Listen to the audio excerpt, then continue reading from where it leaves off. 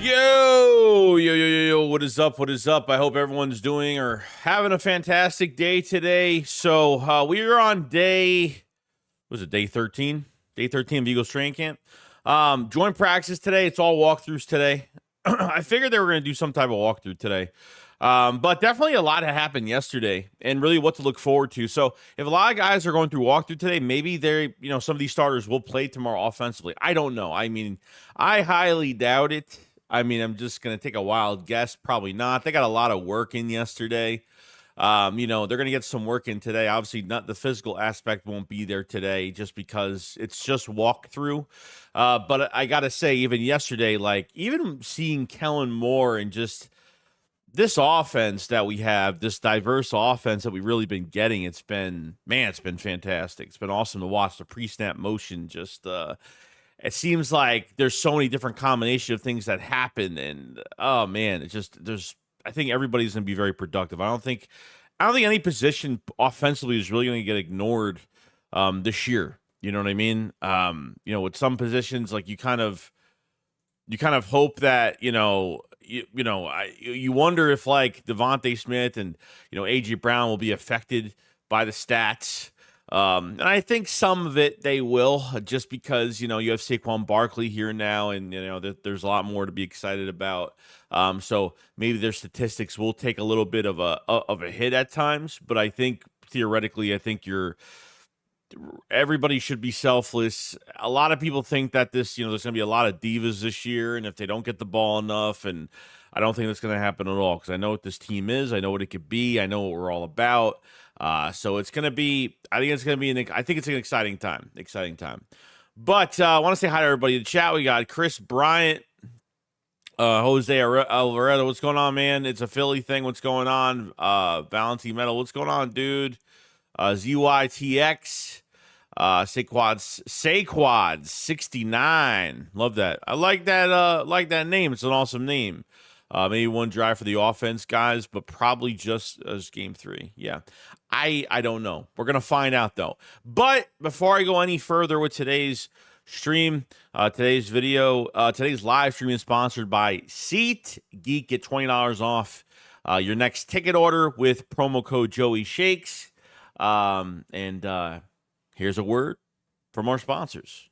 It seems like finding good sports price tickets are hard to come by. And as an Eagles fan, sometimes it's hard to empty your wallet for the best team in the world. Do you want to find the best tickets for your sporting event? Well, you're in luck, because I found the best way. Now, I found the best way because we can invade Lincoln Financial Field easier, faster, and most of all, cheaper. I want to introduce you to SeatGeek. I have teamed up with SeatGeek that has over 28 million downloads. SeatGeek is the #1 rated ticket app with more than 70,000 events, including concerts, sports, festivals, and more. It's very easy. Pick the event you want to attend, which I'm going to be picking the Philadelphia Eagles at the New York Giants on October 20th at 1 p.m. because I want Saquon Barkley to run over that team and really discuss the fans there as much as possible, because he's a Philadelphia Eagle now, and I just want him to wreak havoc at MetLife. And yeah, it's 30 minutes from my house, so it's much easier. Once you pick the game you want to attend, choosing beyond a wide variety of tickets has never been easier. Each ticket is rated on a scale from 1 to 10. Green means amazing deal, orange means good deal, and red means bad deal. And trust me, guys, I'm going to say this with as much respect as possible. Nobody wants to be ripped off as much as we hate to be ripped off. So that's all I'm going to say. Because I care about you guys so much, I went above and beyond, and you're going to have a promo code to take $20 off your first order at SeatGeek for tickets. Promo code Joey Shakes. I repeat, that's $20 off your first order at SeatGeek. Promo code Joey Shakes. I want to thank SeatGeek for sponsoring this video. Now, let's get back to the content. All right. Appreciate SeatGeek for sponsoring this video. Yeah, so guys, I feel like there's still a lot of things in question. When it comes to the just in general, like what direction we're going in, and We'll find out. I mean, it feels like when it comes to the competition at certain positions, I feel like right guard is almost, I think it's almost set in stone with obviously Mekhi Becton at right guard, then Tyler Steen. And I've liked the offensive lines, our two offensive lines. I think you have two really good lines. I think the first Ravens game, against the Ravens, I feel like they are good for like 3 quarters, pretty solid with protection. Dylan McMahon and Brett Toth, Tyler Keegan I think, is one of the biggest sleeper offensive linemen we have. I think another year, and I think good things are going to happen with him. You know what I mean? It's just kind of crazy. Philly by day, what's good, man? What's up, show enough? Philly thinks that the Eagles didn't win Super Bowl 59. It's a failed season. It seems like it. Yeah, I mean, you're not expecting anything less, you know? So what up, Joey? What's going on, Hector? Jake just moved. So I thought they had regular practice today. Yeah, it's just a walkthrough today. It's just a walkthrough today. I hope the Gene plays tomorrow. No, he's definitely not playing tomorrow. 100%. DeJean's not playing tomorrow. I don't even think Paris Campbell's playing tomorrow. Maybe Paris Campbell has a better shot. I'm not really sure. But we need to see Paris Campbell because this wide receiver competition. He's really the only receiver we haven't seen, but I want to see more snaps from Johnny Wilson. I want to see more snaps from Britton Covey, John Ross. They were annihilating the every day, the other day against New England. New England's off, Drake May and Jacoby Brissett got annihilated. I mean, they got kicked off the face of the earth yesterday. A lot of plays made. Mark says, "Hey, Joey, good morning. I hope everything will work out with the Eagles." Yeah, I think we'll be fine. The coaching aspect, the play calling aspect, I think should be, I think at this point it should be a big upgrade. Chris said, "Hey, like the live. I appreciate it so much, man." Jerome said, "I see you shakes time for that real Eagles news. Go. What's going on, Jerome?" Chris said, "We should have 77 likes, so I love it. Appreciate it, man." Cheese Squad says, "Joey kicked me out of my house. Makes me watch." Oh, God. I don't know where all this shit came from with banging wives, and I have no idea. I think I was just shaking my knee one day, and like people like saw my body shaking, and they, and I don't know. I don't know what happened. People just started some weird shit by that point. Not really sure. Marcy, good morning from Orlando. It's hot already here, but I know that the birds have to deal with the heat and humidity. Yeah, well, I've been dealing with the heat and humidity for a good month and a half, and it's starting to cool down a little tiny bit. It's very uncomfortable. And trust me, playing football and that shit is probably not comfortable either. Blue things Joey shakes. I'm from Westchester County. Oh, shit. Where in Westchester County are you from, by the way? So it says Keegan is a winner that never gave up sacks last 2 years. I don't know if it was the last 2 years. You probably know better than I do. I know last year he didn't. But I think Trevor Keegan is a gem, dude. I think Keegan is a gem. Josh says, once defense gets communication down, I think they'll be top 10 to 12 in the league. Yeah, I mean, I just feel like the defense, I think as they're getting more work throughout training camp, I think they will be good. It just takes time, dude. There's way too many faces, too many new faces in this defense. You can't expect that even that first game to look great. And I don't think they looked that bad. Like, I think the first couple plays, they got gashed up the middle on some runs, and the left side there was no coverage, to the pass to the running back, and there was no one to cover that guy. So I think they tightened up a little bit, and I thought they did good. So I think we're all right. The real game needs to trade for John Mechie. Yeah, I mean, look, if Paris Campbell potentially just can't stay healthy or comes back and just isn't looking good, I mean, potentially you could trade for a John Mechie. Hunter Renfrow is still out there. I heard rumors of Alan Lazard from the Jets. I mean, I don't think the Jets want to make any more trades with us at this point. I don't know. I heard that trade rumored by Yahoo Sports. So there is a few different trades that they could possibly do. I just don't know. And look, if Paris Campbell does work out, I feel like you have to use Covey and Johnny Wilson on a case-by-case basis every single game. I think you should use all three of them specifically for certain plays. So I think that's a really good idea. Yo, Drew, what's up? Do some Flywells Fly morning, Joey. Doing a great job. Keep it up, bud. Go Bird. Appreciate it, Drew. I hope you're having a good day, man. Hope your morning's going good. I slept like a baby last night. I was tired yesterday.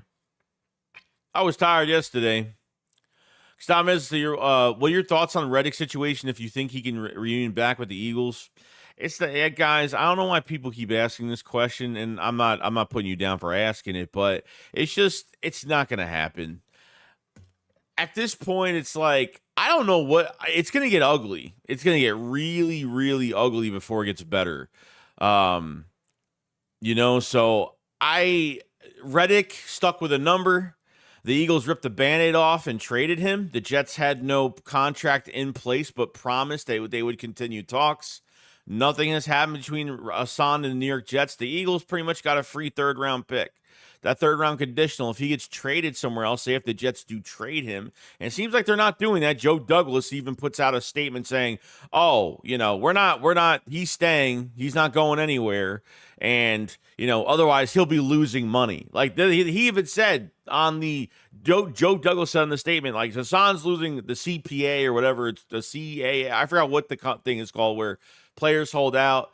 All that money Hassan Reddick will go straight into the Jets cap. You know what I mean? How much he's going to be losing every game, every day. He's not showing up to practice, then I'm not really sure. But I don't think the Eagles are going down that road. If Reddick is just going to say, hey, I'll just play this year on my $14.5 million, deal for this year, then I don't know. I don't think he's getting traded back to Philadelphia. Do we desperately need him? I feel like they need a little bit of help on the edge. Yeah, sure. But I don't think that would happen. I don't think they would. I don't think they would trade him back, and maybe the Eagles give up another draft. Maybe the Eagles give up a draft pick or something like that. I don't know, but I don't think that's going to happen at all. You know what I mean? It's a Philly thing says I'm from Valhalla, New York. Oh shit, damn, you're from one of the most expensive areas in the county. Chris Bryant said the pre-snap motion, Kellen Moore, he's going to go off throwing off defenses like Hill, and I'll love it because they were used to vanilla offense from last year. Yeah, I mean, there's going to be a lot of creativity. It's going to be night and day from what we've seen. Craig said, sign Hunter Renfrow or trade John Mechie. Trade for John Mechie. Like John Mechie, like I don't know, like I haven't, I mean, the problem I have with the John Mechie situation, it should be a cheap trade because obviously the Texans are good at receiver right now. To have that speed aspect on the inside, because I think really what John Mechie is really good at. Okay, and using John Mechie in open space and what he could do in that open space, like as long as he's in shape and doing his thing, I think he's a perfect fit in Philadelphia. Josh Proud said, did Chauncey Gardner did CJGJ go off on Anais Smith? I heard rumors of that. I heard rumors that he like said something to him or something. I don't know. Anais Smith, where is he, dude? What is going on with him? I'm still like, what the fuck right now about Anais Smith? Like, I'm honestly really shocked. You know what I mean? I haven't been on his YouTube channel because if you guys didn't know, he does have a YouTube channel and he vlogs stuff. I wonder if he's been vlogging.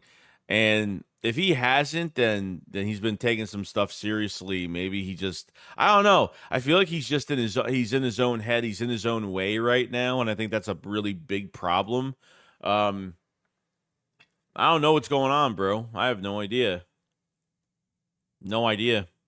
Philly thing says Jalen Hurts will lead the Eagles to a dynasty. I hope so. Dynasty is a big word. Howie Roseman has been drafting a lot better, and he has been making better moves and financially setting us up right for the future. I think the Eagles have, what, $24.5 million cap space? I forgot how much they have. between 24 to 27. Some people are saying 27. Some people are saying, I thought it was 24 and a half that they have. And that all can roll over to next year, depending on what they do this year, really. If you're looking for a defensive end, if you're looking for, I don't know what else you're looking for, something out there, add another weapon if you have to, you know. Yo, let's see. Dylanmcmahoneagles says, top of the morning, I could love to see an offensive package with Shipley and Covey on the field together on the field. Yeah, even Saquon Barkley and Will Shipley or Saquon Barkley and you know what I mean, or Britton Covey or something like that. That'd be pretty sweet. That'd be pretty sweet to add a couple guys like that on the field. I think we're going to be very surprised by some of the plays that they do. Like we haven't even seen. We've been running very vanilla, generic type plays. Obviously when the media is there, I mean, once, we do some different things, during practice, during the season, more things will be developed. I can't wait to see maybe there's a couple of trick plays up their sleeve, how they use specific guys. So Johnny Case 202 says people named Anais aren't good at sports. Is that true? I don't know if I know another Anais, to be honest. Josh Proud, he's in his own head. He missed all OTAs and is behind trying to do. Yeah, he did miss OTAs. He missed, I think he made like the second to last practice of training camp. Sorry, of mini camp. So Rufus Wallace is sub Joey at the job, checking you out, Fly. What's going on, dude? Working, dude. I get it, dude. I totally get it. KSF 345. Jalen Hurts will throw a pick in the first play of the Brazil game. No, I doubt it. Look, like this whole thing with Jalen Hurts not throwing picks in the offseason is great. Another day, not throwing any picks. He's been very accurate. The one thing that was said, okay, and this is by Zach Berman, or probably a lot of others too. Okay, there's no carelessness with the football with Jalen Hurts. He's going through his progressions. Okay, going through his progressions, and he's not being careless with the football. I think the main thing is he's not, because the route combinations from the receivers are so much better, shorter, and you want to not throw a 70-yard pass downfield. Throw that 5-yard dump off and let your running back, let your receiver do all the work for you. Let your offense, let the players in your offense work for you. And that's why the ball is coming out a lot cleaner. Okay, and he's more comfortable in the pocket, and he's going through his reads. That's the main reason. The main reason why is Kellen Moore, and the main reason why I think one of the most important coaches in this offense not being Kellen Moore is obviously Doug, the quarterback coach that has worked with Kellen Moore since he's been in Dallas, and he's the passing game coordinator. Really, he's in charge of the distribution between Jalen Hurts to the wide receiver, to the tight end, to really anybody that Jalen Hurts is throwing the ball to. So it's really nice to see, those coaches really take him in and do a really good job with him. So Vic Fangio says he's very, he's been very, very careless, not careless with the football and doing a good job there. So. Jaden said, when you're smaller wide receiver to begin with, I think the speed of the game is his own head. He needs. Yeah, I mean, it looks like he's walking on quicksand. Even on kick returns, dude, or punt returns, even in the Ravens game. I thought that was pretty bad, actually, where he's going to jump over a bunch of people. He doesn't even protect the ball with both hands. He fumbles the ball out of bounds. I mean, he's even fumbling on special teams. You know what I mean? It's not good. I mean, it's really not good. We got Saquon to the super chat. Thank you so much, bro. Very much. Because I have Saquon fever, and it's overlooked just how great he can be with the type of talent around. I get CMC vibes when going to the 49ers. It's so true, dude. It's so true. Okay. You saw that wheel route yesterday. We've seen, Saquon has made plays in camp, but we haven't really seen anything, especially in the passing game. And holy shit, there's actually video on it, and they actually showed the play. They actually showed the play from the official Eagles website, and it looked fantastic. And that was on Matthew Judon as well. Getting these receivers getting these running backs in the passing game is going to be huge. So we should have did last year. That's what we should have done the last few years, honestly. Because Will Shipley is gonna play off the charts really good. Saquon Barkley is gonna be great. Kenneth Gainwell. It's crazy to say because I don't think he's a dual threat type back, but I got to say in the passing game he's looked pretty damn good as a running back this offseason. Okay. I've been giving Gainwell his flowers because he's had a really strong camp. He's had a very, very, very strong camp as of right now. You know what I mean? I'm excited to see who makes practice squad if they keep 4 players. Is it Nichols, Price, Kendall Milton? I think could be the favorite. I think if Milton has all running backs played well in the first preseason game. I think they all played really well, very well. Philly Don, welcome. I appreciate the super chat, Saquads, by the way, and love the name, like I said. Philly Don 23, welcome to the Camper Tier. Thank you so much for joining up for the extra content and obviously the support. Much love to you, my friend. My friend. Thank you, man. Kyle said, Joey, check out the edge rusher from Ole Miss. He looks good. Who? We're talking about the draft for next year? Big John says, Anaya Smith ain't making this team practice squad. Oh, it's crazy, dude. That's what it looks like right now. That's what it looks like. So A.J. Brown, Devontae Smith, Johnny Wilson, okay, Britton Covey. So they're keeping 5, right? You'd make Paris Campbell that last spot, or are they keeping 6? As of right now, it looks like they're keeping 5. That's what it looks like. I don't know. Anaya Smith, I'm really upset about. I'm not that upset because I'm seeing.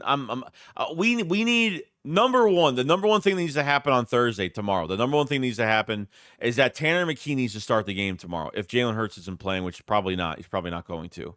Tanner McKee needs to play with the better receivers tomorrow than Pickett. Pickett, I don't know. I think he's a little bit more careless with the football. Not that he wasn't solid, but I think Tanner McKee is better when it comes to his progressions.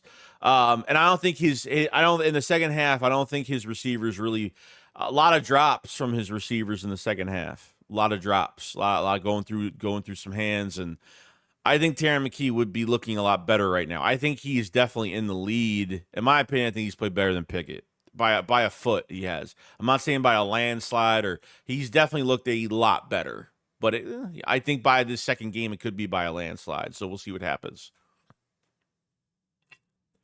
It's Billy thinks on my AFC's record prediction: Philadelphia Eagles 14-3, to Dallas Cowboys 10-7. Damn, you're being very generous towards the Dallas Cowboys. Washington Commanders 4-13, Giants 2-15.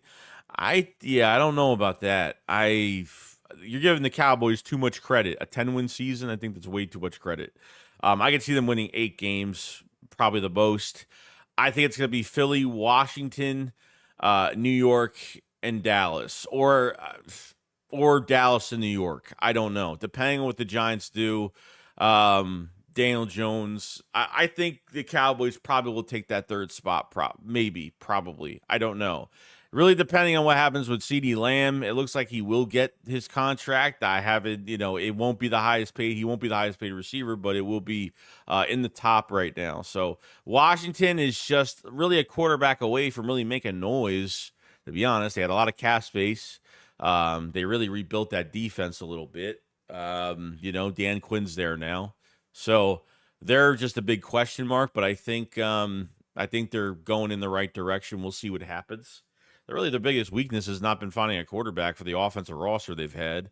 So we'll see. We'll see. Hold on. Think about the Gainwell actually looks really good. That would only make us better. So hell yeah. And it's a contract year for him too. You got to remember it's a big contract year for for Kenneth Gainwell. It's a big contract year for him. So those guys in those contract years are going to play extra tough, extra hard. You know what I mean? There were people like saying to trade him or if something was going to happen. Like, I don't think that's going to happen. What's really interesting is that Jahmyr Gibbs tore his ACL with the Lions. Apparently they might be trading for a running back, not at high caliber, but somebody that at least could be productive in the rotation. Because they might turn their running back core into rotation.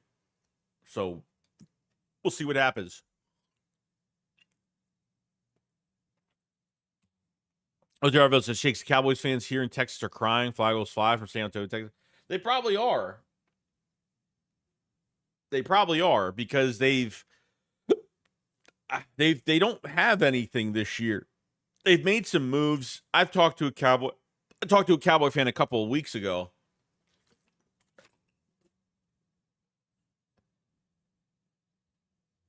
And there wasn't any negative things to say. It's pretty bad.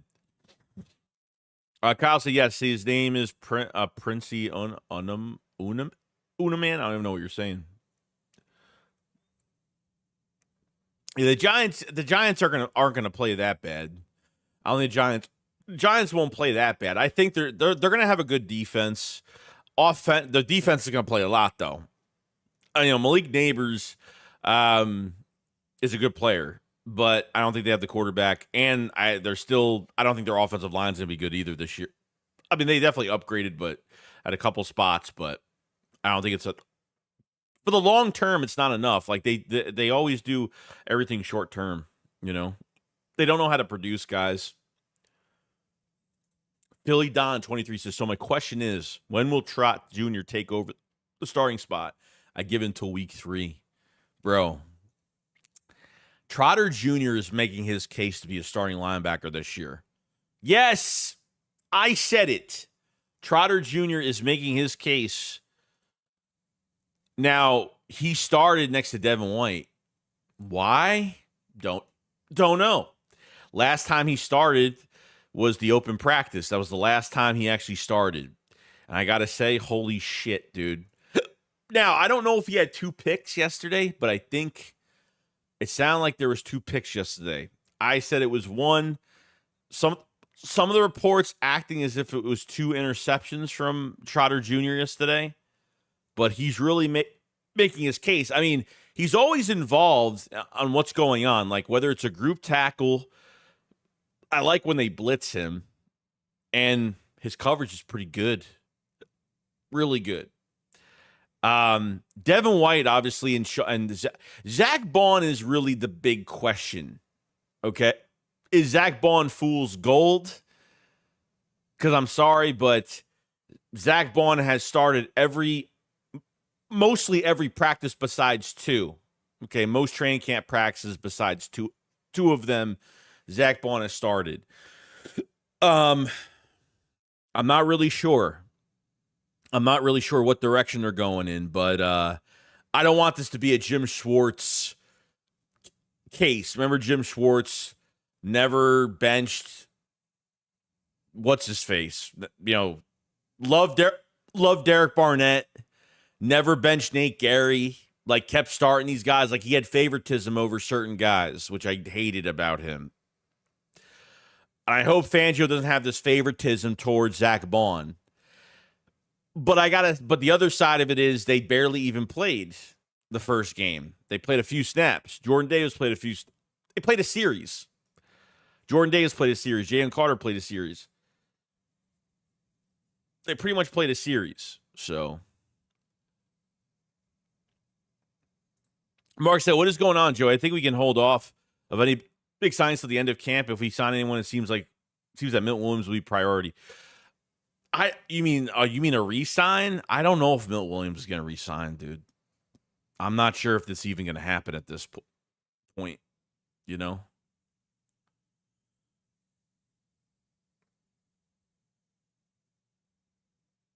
I don't know if it's going to happen. Hey, Joey, how was practice today? We have walkthroughs today, so we're just talking about everything today.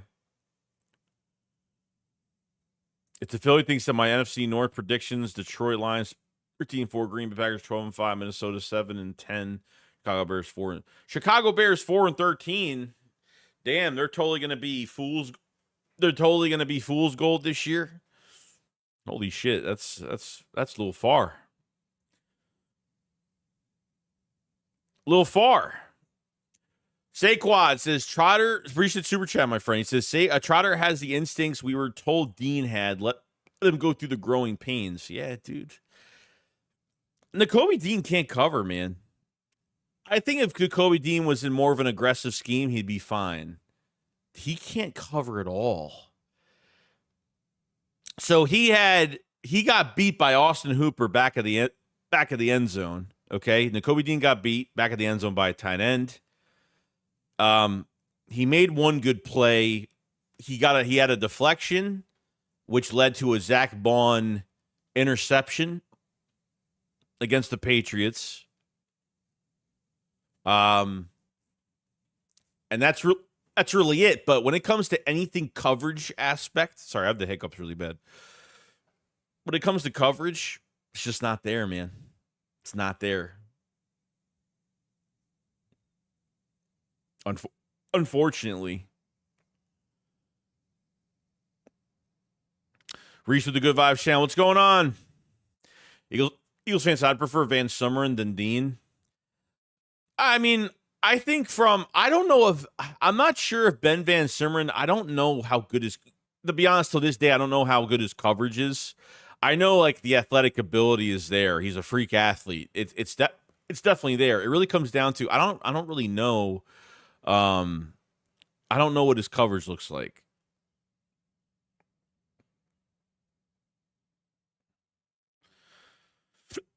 Jackson Mamone says, you think we should get Judon? It really depends on what he wants. Like, is he trying to be highest paid?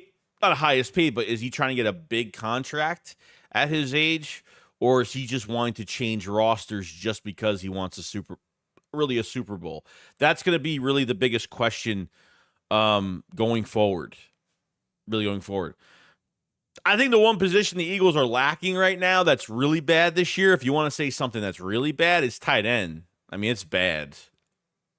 I mean, we're hoping that Dallas Goedert stays healthy. The one thing that's really making me nervous right now is that Calcaterra is already hurt. Albert O's already hurt. Missing a couple days of practice already. That's a problem. Calcaterra is supposed to be the number 2 guy. From CJ Usama, I haven't seen anything. He's the 31-year-old tight end the Eagles picked up. I haven't seen much from him. Really nothing, to be honest with you. It's really lacking. Like, I think tight end is going to be a big position next year that they go after. I completely agree with that. That they're going to definitely, Dallas Goedert's got a couple years left on his contract. I think 26 is his last year. That's when he plays throughout his contract when he's 30.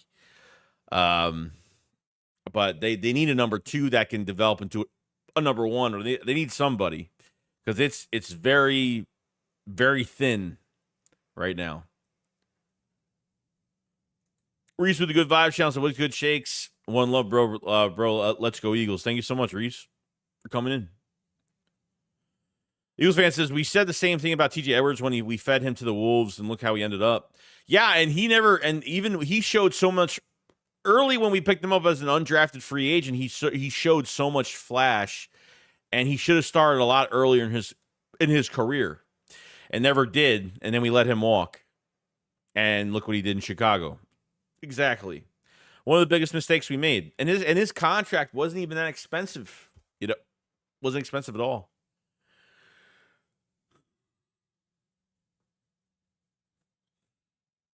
Mr. Canvas says, what do we need to take this team over the top? Honestly, I think they need to figure out 2 things they need to figure out. One is wide receiver 3.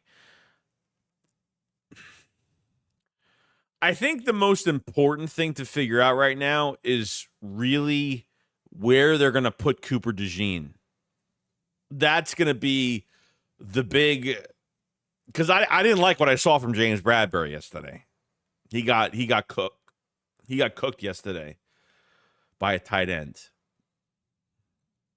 He had a pass breakup, I know, yesterday, later in practice, but to talk about what just you have to cover tight ends as a safety. I mean, he looks just really slow. I mean, he didn't look good. Was it a bad rep? I don't know. He got a flag on that rep too, so and he still got beaten by a couple yards. You know, safety is probably the big one for me. Probably the big one. Because if you have a guy that can't tackle, you're the last line of defense. You can't tackle. You can't cover. You're got, these teams are going to score on us. Chauncey Gardner-Johnson will be back. I'm not worried about him. Reed Blankenship is a solid player. But I feel like, Bradberry's making way too much money as the number 3, if that's even the case. The Cooper DeJean thing is really where it's going to make a difference in how they're going to use him. Now, Cooper DeJean talked about, potentially where we can be going. Yeah, the hiccups are killing me right now. I don't know why.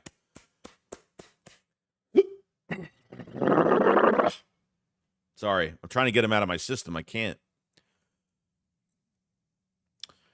Yeah, so I think that's really the big difference. Go on, Chris. But other than that, I don't think big signings. Like I think they need another edge rusher, a guy. I think they need a guy that just goes after the quarterback. Honestly, like I think they need more of that on the edge. Fucking hiccups, man. It's really thinking. Let's see, Mr. National. Yo, Joey, what's going on, Mr. International? Dave says Colston Loveland will be an Eagle. I have no idea who that is. Billy Don says, how did DeJean make out in his final limited in his first? Well, he was limited, so I mean, he didn't do much. He didn't do anything. He probably didn't do a lot. It was what the other guys did, so he didn't do much. The number one thing that DeJean needs to do is obviously get used to. What DeJean needs to really do is just get used to the physicality of getting the pads on and hitting guys and stuff like that. Kyle says, Joey, I think Eagles going to draft edge rusher in round 1 next year. Potentially they could, just because you're losing Graham, you're losing Sweat. And we don't know if Nolan Smith is going to be good, and we don't know how good Jalix Hunt is going to be. And we don't know if this defense is actually going to be that good. Are they going to be solid? Are they going to be like really good? I don't know. I'm not really sure. That's going to be where it makes a difference there. You're losing a lot of guys on the defensive line. Milton Williams. So, could be taking a hit there. Donald Rowan says, Allen Park, Michigan, Detroit Lions. Coach Dan Campbell said that Jahmyr Gibbs will be fine going forward after the Pro Bowl running back left money's practice. I thought he already said he had an ACL already. What do you mean a hamstring? I literally read that he had an ACL. Am I wrong? Reese with the Good Vibes channel says, you're welcome, Joey. Do you think we're going to sign number 3 wide receiver? I don't know. It really depends on what Paris Campbell does. Like, if he doesn't play in this game this week, then I don't know. So we're going to rely on everybody playing against bad backups, against bad defensive backups with our offense on the third game. How many teams are going to have their stars playing in the third game? Defensively and offensively. Not that much, It really depends on Paris Campbell. If Paris Campbell doesn't do much of anything, is Britton Covey, Johnny Wilson still enough? Is it still enough? That's the question going forward. I have no answer for it. Sean says, hell yeah, Shakes. What's going on? Birds gang, fly, Eagles fly. What's going on, Sean? What's going on? We have 228 in the chat right now. If you guys haven't subscribed to the channel for Eagles News. We will be streaming the game tomorrow night, and we'll have a lot of content out as well. So definitely stick around for all that great stuff. Fucking God, go my hiccups. Like the stream if you guys haven't. Thank you so much. Make sure to check out SeatGeek for $20 off. If you're buying Eagles tickets, go to SeatGeek. Use the link in the description for $20 off your next order. Trust me, I've used SeatGeek. I've used SeatGeek a lot. It's very easy. You get good. You can find out the good ticket deals and the bad ones that you get. To see, that site makes sure that you're not getting ripped off when it comes to buying tickets. So if you want $20 off a pair of Eagles tickets, go over there and use my code. It helps out tremendously too. So thank you so much. If these hiccups don't go away, I'm gonna flip the fuck out. Like, I'm gonna flip out. I'm not kidding. Like, I'm getting pissed off now. Philly Don says, Joey, say I like pepper, then hold your breath for a minute. I like pepper.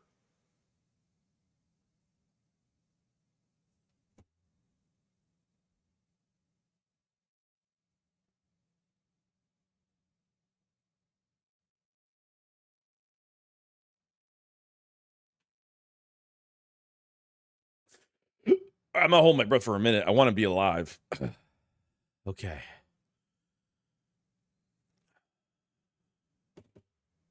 Are they gone? Are they gone? Holy shit. I think they're gone. Ah, they're back. Fuck. All right, never mind. Just violently hold your breath for a minute. Yeah, they're back. Dudden says, hey, Joey, scare yourself somehow. Either that or hold your breath as long as you can. That will get rid of the hiccups. He said, hold your breath as long as you can so you can't get rid of them. Take a big inhale, then hold it.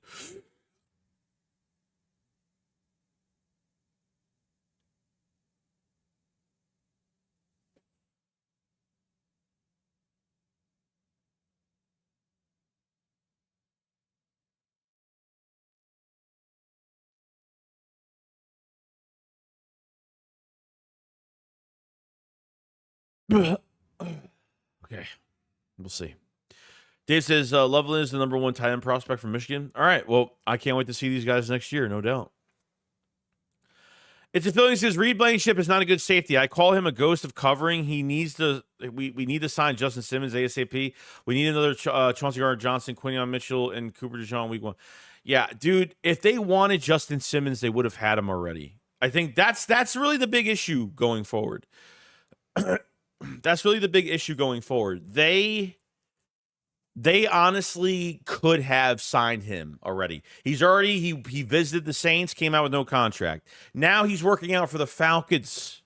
Now for the Falcons. Oh, hiccups are back again. Jesus Christ. So at this point, like that dude, who's that new safety they signed? He's got a medical condition. He can't even practice. He can't pass a physical. They signed a safety that used to be in, I forgot his damn name. Somebody say it for me in the chat. They signed a safety not even a few days ago that literally cannot play right now. So it's ridiculous. Caden Stearns. Thank you, Kyle. Thank you, Cheese. Caden Stearns. He's got a medical condition. He can't even practice. Why waste your time with that? You still got another 2 weeks of training camp, and you sign a guy that is not even medically cleared to practice? It's ridiculous, dude. It's totally ridiculous. I don't get it. I don't get it. We got a super chat. Dustin Mercer. Dustin did not say anything, but thank you so much. That's very, very, someone said very generous. That is very generous. You could use that $20 to get some baby formula, get some, food, get some burritos from the gas station. I don't know. There's not much you could do with that, but in today's standards, but I appreciate it so much. So much. It means I'm very grateful. Mean the world, man. Thank you so much, dude. No doubt. Gatekeeper Cole, he says, just drink a big glass of water, bro, without stopping.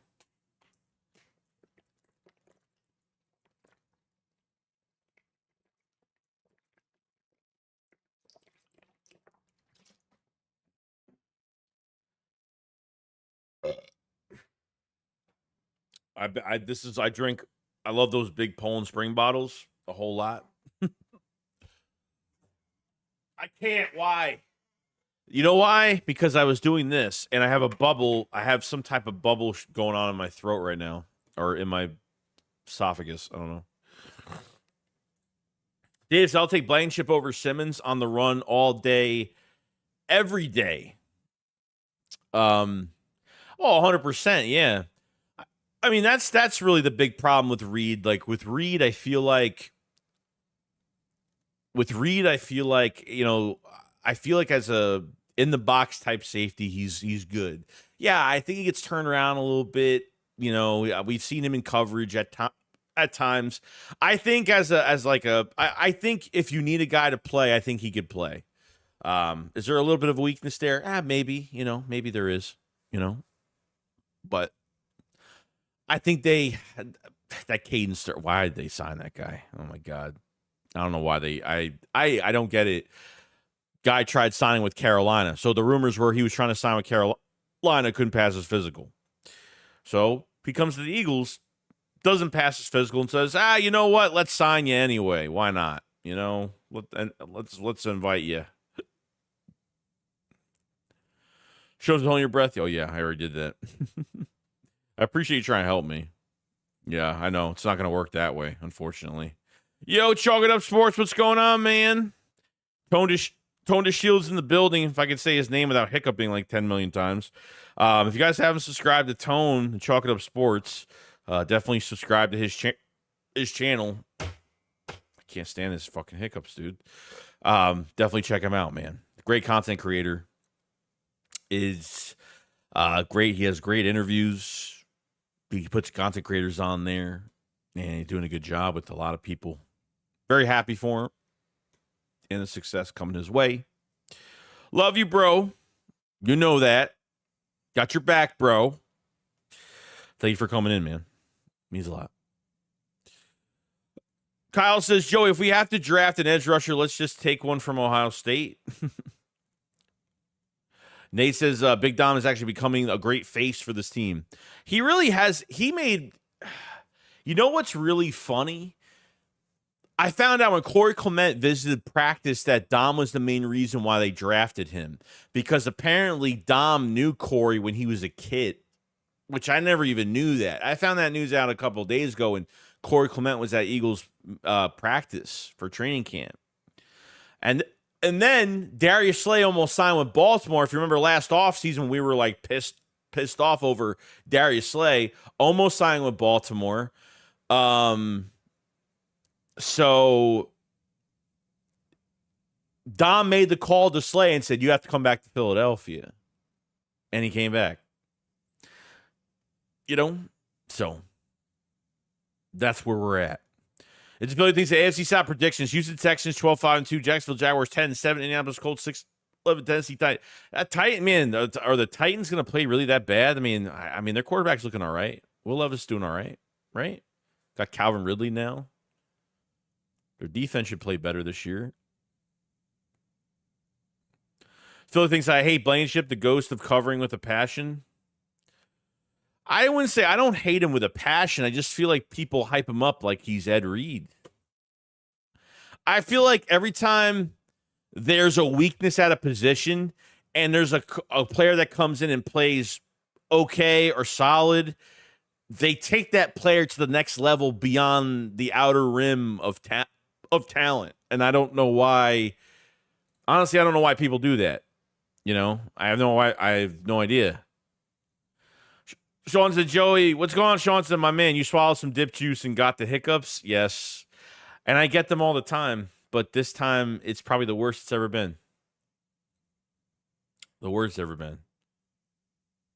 Donald says Stearns is for next year. Very good talent when healthy is on the IR to next year. I like Stearns because he's a rangy corner, covers a lot of ground with his feet, ball hawk, hits hard, physical. I do like his play. He was a fifth-round pick in 21 for Fangio when he was the head coach, so they did draft him. So maybe he's more of a next year thing. All right, that's fine. He's a practice squad. He'll just get healthy, get on the practice squad. That's fine. I mean, not draft. No. Yeah, that's what I meant. Corey Clement was undrafted, not Yeah, an undrafted free agent. Yes. Or help them sign him, I should say. Sorry. I forgot he was undrafted. Chalk It Up Sports. What's going on, man? He says, I've been trying to get you in contact with you, big dog. Can't find you on Twitter. Oh, is that why? I was wondering why. You know what? I was about to message you literally last week and say, dude, like, we haven't done anything this whole entire offseason. I have a new Twitter. I mean, I've had a new Twitter for a while. Go to the link in the description of the go towards the link in the description. My Twitter, my X handle's in there. Just DM me. Yeah, I was wondering why. I was like, and be honest with you, I don't know if I'm following you. No, I am. I do follow you on there, dude. I do follow you. Hit me up on there, bro. We'll get something done. Anything for you, bro. Terrence says, Dom is the only person who was made famous after a loss. Eric says, respect to you, Joey, and I appreciate you for all the hard work that you're putting in. I appreciate it, Eric, but, without you guys, none of this would be possible, Ron said, what's good, Shakes? I missed the stream yesterday. Glad I could make it this morning. Hey, Brian, dude, it's early. I mean, people are working. You know what I mean? It's a work week, dude. You know what I mean? It's a work week. It happens. George Burwell with the super chat. Thank you so much. He says, Joey, I think Trotter is going to get that starting job beside Devin White by week 1. Would you be great for us and give us youth and stability at position? I mean, I'm 33 years old, bro. I'm not going to do much. I mean, I'm starting to not want to bend over to pick up like the newspaper. I mean, not that I pick up a newspaper because I think that's like old school now, but it's honestly really interesting where this Jeremiah Trotter Jr. side of things is going, because really since that open practice and with more reps, he has been just amazing, just fantastic. His coverage, but always being involved in plays, even that Ravens game, even special teams, and what do you have, 6-7 tackles in a sack? He was fantastic. Just always involved in every play, making plays. I mean, getting a sack with good coverage. I mean, you know what I mean? Like, I feel like there's a plethora of guys, like even that sack that he had in the Ravens game was mainly because of that good coverage by Jalix Hunt covering that running back on the sideline. And Jalix Hunt, I think with his athletic ability, I think he's really, I don't know why Fangio is like, I'm shocked. I'm actually really shocked the way he's like more shocked about Jalix Hunt and how much he produced so far. Like, why is he that surprised? This is a guy from a small school, transition from safety to edge rusher off ball. I mean, you literally saw Jalix Hunt go from edge rusher and chasing a running back up the right sideline. I mean, at 6'3", 6'4", 252, it's pretty amazing, actually. Pretty amazing. But Trotter Jr., I just want him to have more snaps. These joint practices, I'm probably very thankful for, because we are getting the best. We are literally getting the best production out of Trotter Jr. and a lot of other guys pretty nicely. So, yeah. Appreciate the super chat, man. Sean says, definitely Stearns is a decent player when healthy. I like the signing. Yeah, it's actually, I actually know the player a little bit, surprisingly. Mostly when the Eagles sign like these backup guys, I never really, but he's got starting capability. He's only played like 5 games the last 2 years.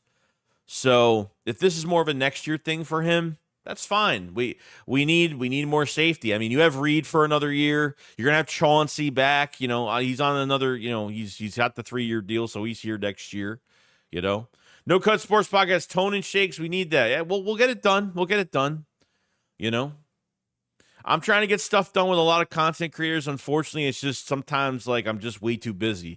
I have a job that takes most of my life, a relationship, and I'm always doing shit. all the time. I'm not like, usually if I'm not on my computer, I'm literally not doing. I'm not like, I don't sit on my computer all day. Like, I'm doing other things. So Terrence says, "Hey Joey, did you?" Please don't ask me that. Please don't ask me that question. Okay, let's save that for another day. When we're like, maybe we lost a game, and we'll talk about things that I don't know. I wouldn't ask that question though. Ruben says, "Hit the like button." Appreciate it so much, man. You still have a newspaper subscription? No, that was all a joke. Nate said, "I predict Cowboys with 8 or 9 wins. Not a big fan of that roster, especially a running back. I think what's-his-face is going to play really well this year. I forgot his name. A running back. 8 wins I have them at. I think that's fair. No Cut says he doesn't make the same mistake twice. Ryan Merritt says, Joey, do you think with CJ being a ball hawk and Reed being a better box safety, both can feed upon each other and cover up each other's weaknesses? Was thinking about Vic's creativity with these two. I mean, sure. And look, I have no issue with Reed's really starting. I just feel like the depth is really bad. God forbid Chauncey goes down for a game or two. God forbid Reed goes down. Like, you really have nothing behind it. So you signed a safety that can't even play this year. You don't have... I mean, you have Andre Sam, you have Mekhi Gardner as of right now. He's limited, just coming back at safety. So there's really, really it depends on Cooper DeJean and where they really put him. You have James Bradberry, obviously, but right now with James Bradberry, the only thing I really need to go over with him is, like, I don't know how good he's playing. Like, 1 minute Fangio saying usually Fangio is pretty damn honest during these little press conferences, because he will say, hey, he'll say if Bryce Huff is not, ready to be a 3-down edge rusher, he'll talk about this guy, he'll talk about that guy. But when it came to like Bradberry, he was like, oh, he's transitioning really well. He's playing really well. So and then he gets cooked like that. He gets cooked like that bad. I don't know. To me, I don't get it, man. I don't get it. I was hoping that it wasn't going to be that bad, but I'm not really sure. I think they're either forcing this. Are they forcing this thing with James Bradberry? I'm not really sure if they're forcing this thing with him. I don't know. I couldn't tell you.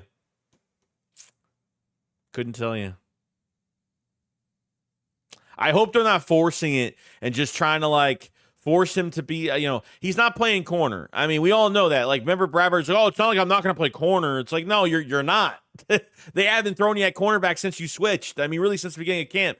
They haven't thrown you back over there. And I don't want him over there. So that's the good thing about Bradberry playing safety is that corner will not be affected. Like, a guy leaving, getting cut because Bradberry is staying, we won't be taking a young athlete that we have, and one of these young corners won't be going to another roster and succeeding somewhere else. That's what I didn't want to happen at all with the situation. You know what I mean? So I don't know what the hell they're doing.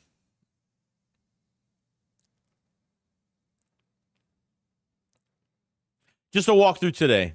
Mm-hmm. Easy One says Devin White will be a future Eagle. That's what I'm hoping too. And the linebacker position is a whole nother weakness going to next year. I'm just saying this now, okay? Because the only 2 players you have on multiple-year contracts is Nakobe Dean and Trotter Jr. Things are starting to change now. There is a shift because I feel like Zach Baun is not doing, Zach Baun had an interception off the deflection from Nakobe Dean, but Zach Baun, from what I've seen and heard, productive in training camp. The game, he only had a series. Hopefully he gets more snaps tomorrow night. Trotter Jr. has played. Trotter Jr. has been the second best linebacker as of right now. Zach Baun and Devin White are on 1-year deals. You cannot let one of those guys walk next year. If one of them balls out, especially I pretty much have Devin White balling out at this point. Okay? There's no way you cannot afford to lose one of those dudes this year. Don't go through another season of having a successful linebacker, or at least having a linebacker that's going to leave to get their money. I don't know what direction they're going to, you know. So is it with Joey? Why are people hating on you on the Dan Silly show? Why? What happened?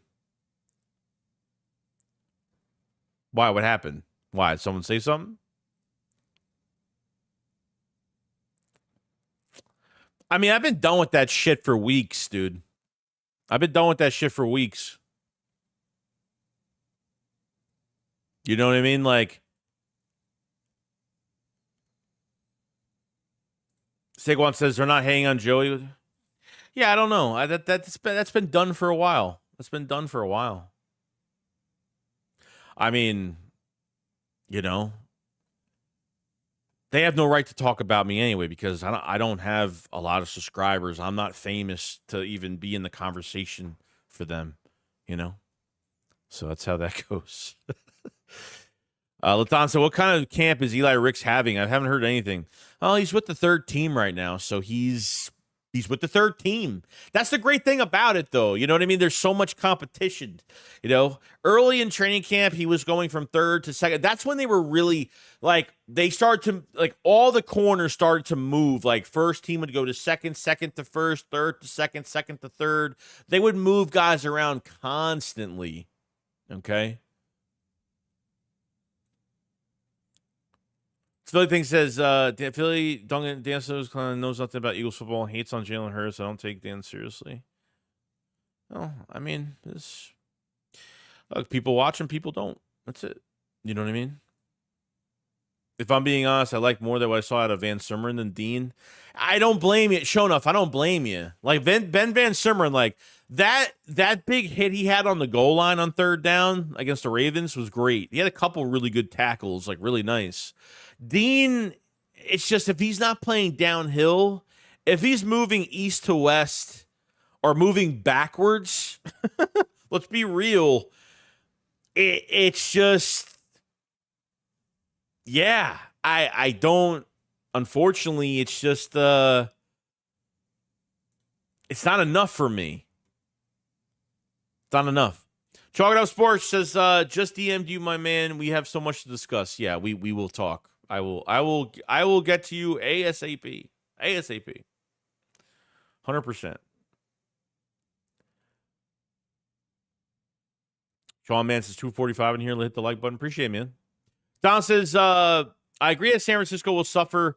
Super Bowl blues will now make the playoffs. You overestimate Atlanta, but they will be greatly improved. Atlanta should be a better football team this year, but I don't think they're there yet. San Francisco should still be a good team. Offensively, they should even with Ayuk, if he does get traded. If apparently the Steelers have a deal in place, and we've been saying that for the last couple days. You know. Let's see here.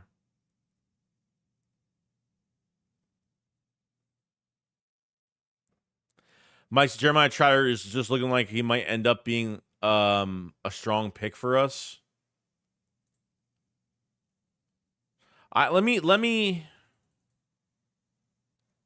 All right, I'm just making sure.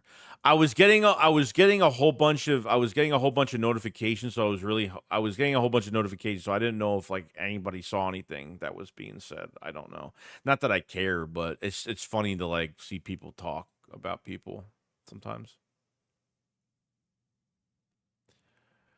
Philly Duncan says, yeah, yesterday a lot of people in the comments were saying you were boring. I mean, what else do you want me to do? You want me to say dumb shit? Do you want me to, charge you $200? What do you want me to do? You want me to do a super chat menu and to do, make you pay me $200 to do a fucking shot? Like, what do you want me to do? I'm not here to entertain fucking anybody. I'm not here to entertain nobody.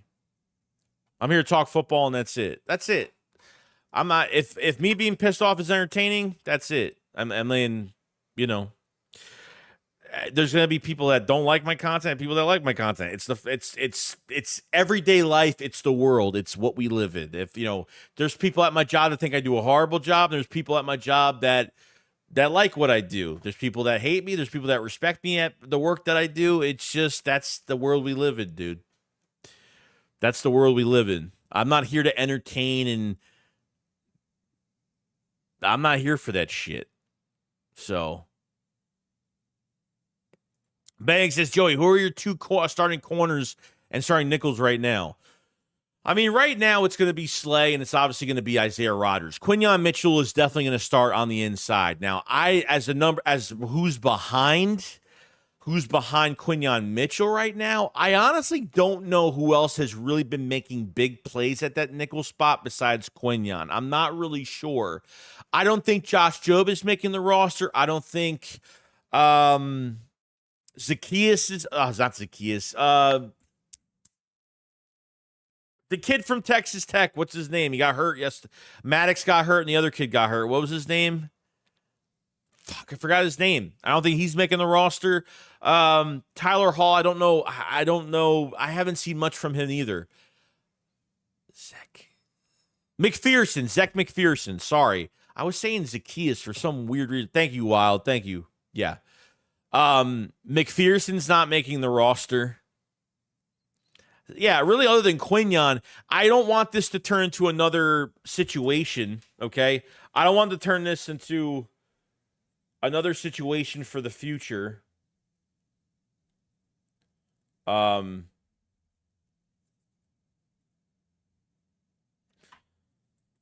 Where they're going to like Quinyon at nickel corner so much that they're going to, I don't know. I'm hoping that he is going to move to outside corner, because if he plays well in the nickel spot and they have no nickel for next year, I don't know. I mean, I guess it's Avonte Maddox. I don't know who else has really been making big plays from that nickel spot, to be honest with you, unless I'm missing something here.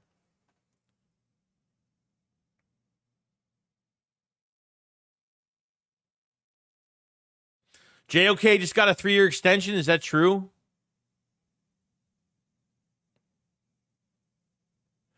What do you think about the safety we signed, Joey Shakes? He's for next year. He's hurt. He can't practice. They signed a man that can't pass a physical. There's always going to be one guy they signed to the roster that's a really more of a next year thing. You know what I mean? I'm very behind on the chat, by the way, so I'm so freaking sorry.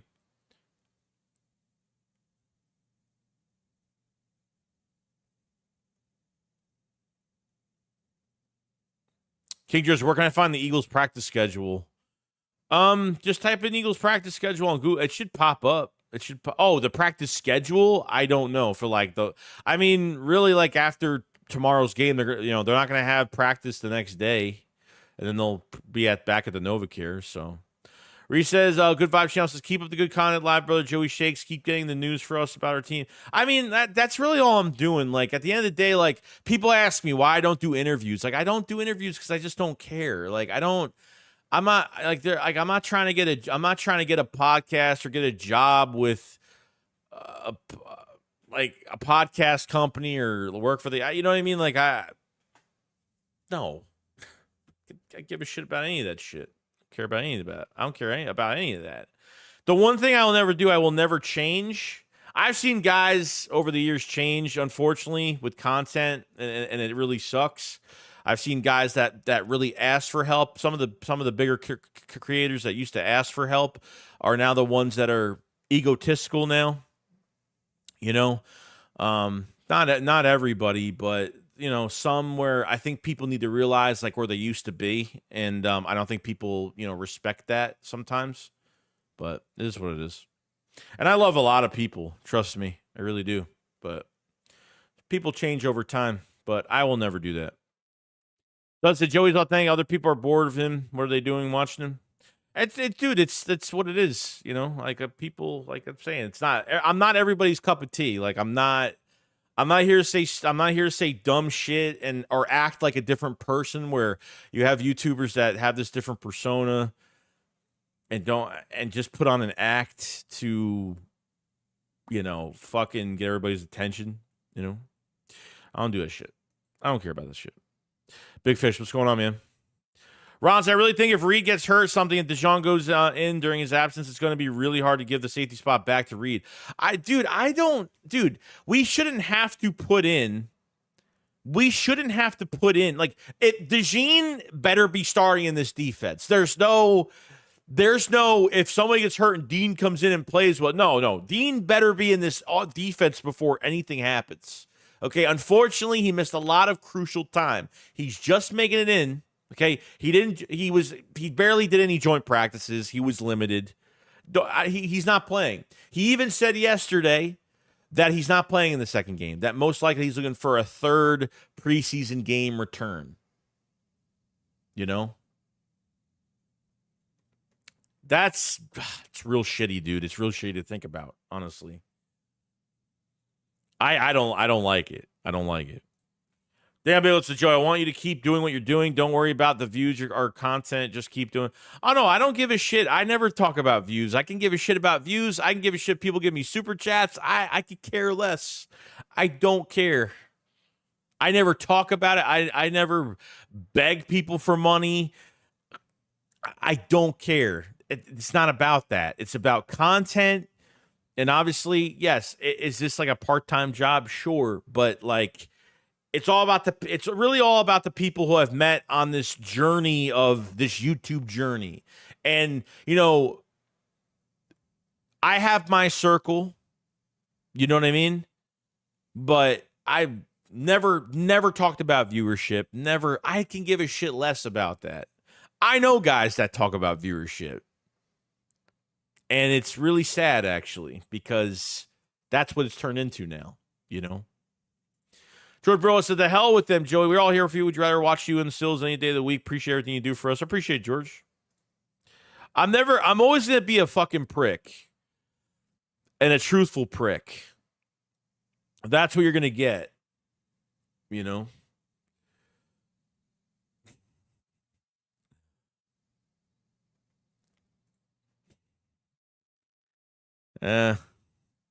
No comment. Well, look at the time. Fucking ridiculous. Jeremy says, you're entertaining, Joe. Great football. Appreciate it, man. Appreciate it. I'm not here to get compliments either. Trust me. There's people that hate my guts, so this is what it is.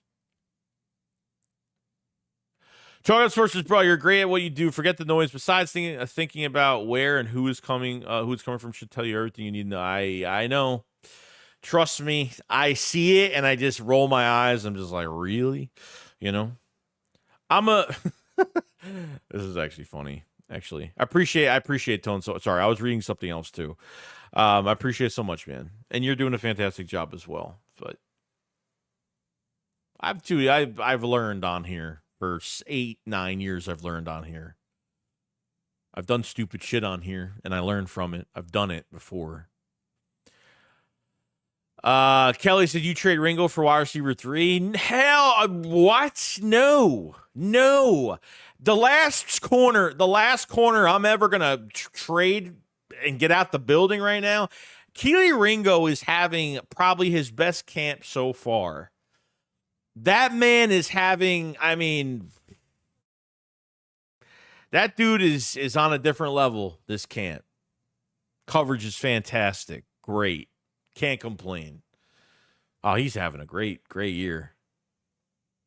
So when breaking it, former Eagles wide receiver Greg Ward signed with the Colts. I guess that makes sense. Steichen has used Ward before. I've been around Ward before. So, all right, people need to stop with the whole shutdown corner thing. I don't know why people use that phrase shutdown corner. There's no shutdown corner in the NFL right now. You're talking like Richard Sherman shutdown corner that's drafted in the 5th, 6th round of a draft. That's a shutdown corner.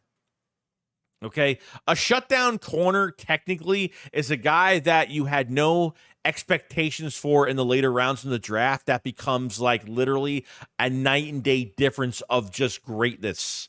That's what a shutdown corner is. You know what I mean? You don't find shutdown corners. That's just the truth. Like, oh, let's go. He's going to be shut down this year. There's nobody shut down. Nobody in the league is shut down. Nobody. Doesn't matter who it is. Keith George says Quinyon needs to start. He's our first-round pick. Oh, he's going to start. He's going to start on the inside. he's gonna start in the nickel spot. But I'm hoping to God that Quinyon isn't going to be favored to be a full-time nickel. That's really all I'm really worried about. Okay? That's really all I'm worried about. Because if next year comes and they're like, oh, we're going to keep Quinyon, I'm not keeping a first-round pick. I would like the guy to know both positions. So that's where I'm at. That's where I'm at. Props to Joey. Let them know you're a real New Yorker Philadelphian. I am. I'm a New Yorker Philadelphian. You know?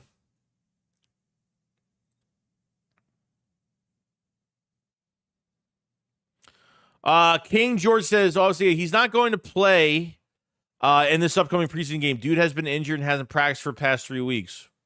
Yeah, dude, there's DeJean is not going to. DeJean says he might make it to the next game, but at least we're going to have him practice next week.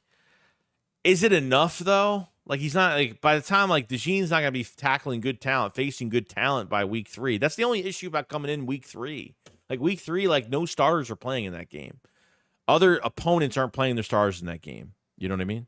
George, get them likes. I appreciate it so much. We got 244 in the chat. Hit the like button like crazy if you guys have it. I love you all. Appreciate everybody being here. If you guys haven't subscribe to the channel. We're going to be covering the Eagles tomorrow. We're going to be streaming tomorrow's game. I'll be at my girl's house tomorrow. We'll be streaming tomorrow and doing our thing. So we'll have a video on tomorrow. Remember, with the preseason games, there's no post-game shakedown or nothing like that. Once we get to the regular season, we'll have a normal shakedown on Saturday. So JOK gets an extension, huh? Did he now? Damn. $25 million guaranteed, $39 million. That's not bad, actually. Shit. I don't know, man. From what it looks like, I think the Eagles feel like they're good at safety. I feel like they're really good. I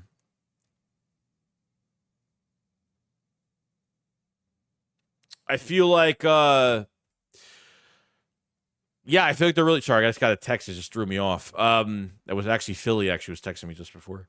I feel like they're, I feel like they think they're good at safety. I feel like they think they're good at wide receiver 3 right now. That's just me though. I don't know. I could be wrong. Maybe I'm wrong. I'm not sure. But hold on, I'm trying to find this membership thing. I can't find it. Why can't I find it on here? Hello, there it is. I just passed it. What's going on? We have OG Coochie Goku says, Shake Squad up, Go Birds. Appreciate it so much. Member for 16 months, man. Damn. It's a long time, dude. Thank you for being a supporter for that long, man. I appreciate it so much, dude. Appreciate it so much, dude. A long-time member. Everything's in the link in the description below, guys. And if you haven't checked out the Philly Shakedown podcast merch as well, definitely check out the merch, too, in the link below. If you guys have it.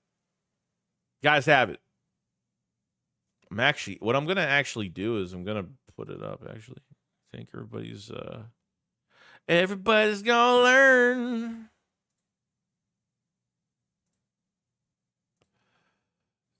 If you guys haven't checked out some of the new designs we have this year, I think you guys are going to like it like a lot. Totally. We have some new, me and Philly have been putting out some shirts on the new site. If you guys haven't checked out, we have the Jalen Hurts, with his sayings on the shirt. If you guys haven't checked that out, we have Saquon Barkley over MetLife on fire. We have that shirt. We have Swole AJ Brown shirt. If you guys haven't checked that out, Slim Reaper shirt. Looks fantastic. Looks amazing. He looks awesome. Ooh, shit. Too close. If you haven't checked that out. One of my favorites probably is the AJ Brown Swole Batman shirt. Okay. Link in the description. Everything's available. This is the redemption line. We're going to have a lot more merch coming out. At the end of August, we're going to have more stuff coming out, and I think you're really going to like what's coming out at the end of this month, too. So we have merch coming out pretty much every month of really of the season, of the year. So definitely check out all of that great stuff.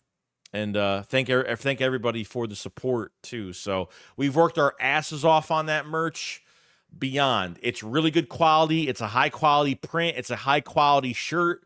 So it's not going to shrink. I think for the women's shirts, they run a little bit on the smaller side. So if you're getting it for your girl, your wife, your mom, whoever, if they're a small, get a medium. If they're a medium, get a large. If they're a large, get an extra large. So,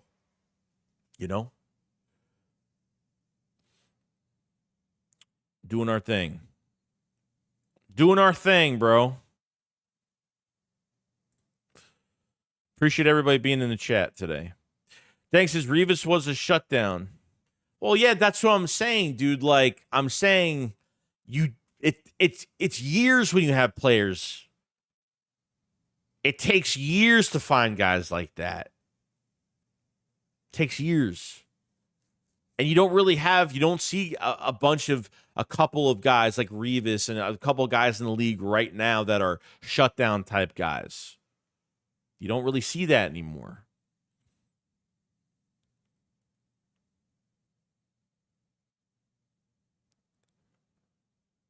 Appreciate it, Rico. Thank you so much, man. Been working hard at it. Think about it. My wife doesn't wear a shirt, only Princess Leia slave outfit. Oh, God.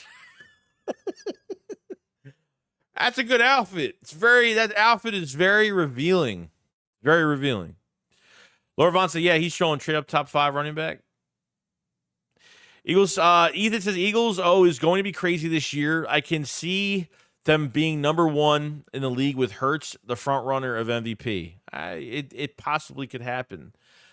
I'm not going to say that Hurts, like, the problem is, it's like this. There's a lot of people say, Hurts is going to have a redemption year. It's like, we already, Jalen Hurts doesn't need to revive his career. We know Jalen Hurts has had a good, we know what Jalen Hurts could do. I think Kellen Moore is going to take this roster to the top. I think Kellen Moore needs to stay in this building for as long as possible. And if it's really him having that head coaching job in the future, he might just have it. He's going to have it because Nick can't call plays, unfortunately. So I'll think about says, I know he's joking, but is it candy ass for even joking? Lord says fake fan page. Who are we talking about? I don't know who we're talking about. Commanders fan 1. Clown, you have no QBs. I mean, hopefully Jaden Daniels is good. I mean, if he works out, that's great for them. It's great for you guys. Totally. Yeah, a lot of people have been liking the Slim Reaper shirt a lot. It's our dude from Florida. Our guy in Florida actually has a huge store, a clothing shop in Florida. He's a subscriber to both me and 500, and really, really good guy. Fantastic guy. Does fantastic work. Uses a lot of AI. Uses a lot of different programming to make shirts and stuff. So he does a really good job. We have a big surprise at the end of August, by the way. OG Kush Gogu says, I still can't believe we got Saquon. Did you see that wheel route the other day? Did you see it the other day? God, fantastic. It's a Philly thing. Jalen Hurts is the second best quarterback behind Patrick Mahomes. I'd probably argue. Yeah. Yes. Not really argue, but you know what I mean.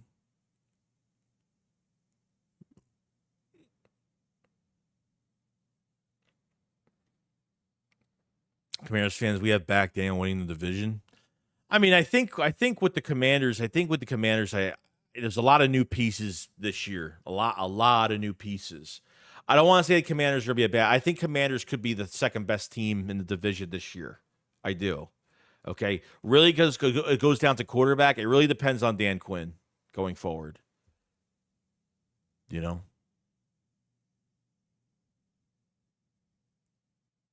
what's I should start offering channels some money to let be a guest and see if they regret it. Dad says if Judon's still available and should we get him? Depending if he's just coming here for just for a Super Bowl, I don't know what he wants when it comes to he's due $6.4 million this year. That's what he's due. Lord Von, Patriot fans were saying they burnt all our corners, 15 sacks. What? No. No. I've seen some of our players get beat in a joint practice. It happens, but they didn't.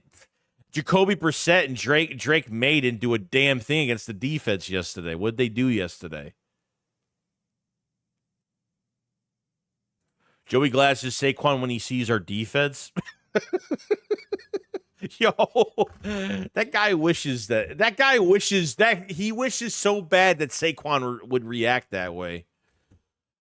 Oh, yeah, don't worry. Your defense will be playing a lot this year. Don't worry. Your defense is playing a lot of snaps this year. Don't worry about that. Don't worry about that. Saquon says, someone get me on Dan Sitter's show. I'm jacked enough to look like a ball player. Judon's 32 years old and wants to get a... Well, that's what I'm saying. Judon is 30. Yeah, Judon is old. You're just taking over his contract for a rental. If he wants another deal, he's not getting it in Philadelphia. And you're not giving up that much draft capital. Plus, he was hurt last year, too. So, really, he's not coming off some, big, crazy year.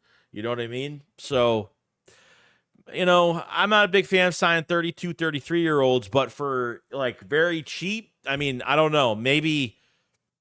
That $6.4 million is going to be interesting. Maybe the Patriots will pay off maybe a couple million of that or something. Howie will have the if you want to get rid of Judon, if Judon wants to come to Philadelphia, kind of like what they did with the trade for the what's it called for Devontae Parker when the Patriots literally paid for pretty much his whole contract and the Eagles only paid $1.2 million. That was really all they really paid. Big Payton said Washington has to get Daniels a good old line. Don't RG3 this kid. I don't know if I haven't really looked the offensive line at all. I don't know if their offensive line is really that good, to be honest. But we'll see. We'll see. Jane Daniels looks pretty solid as of right now. We'll see when you see more. But all right, Philly Don, have a good night, dude. Or sorry, great day. Sorry, I'm always I don't know. Someone says everyone Judon's 30.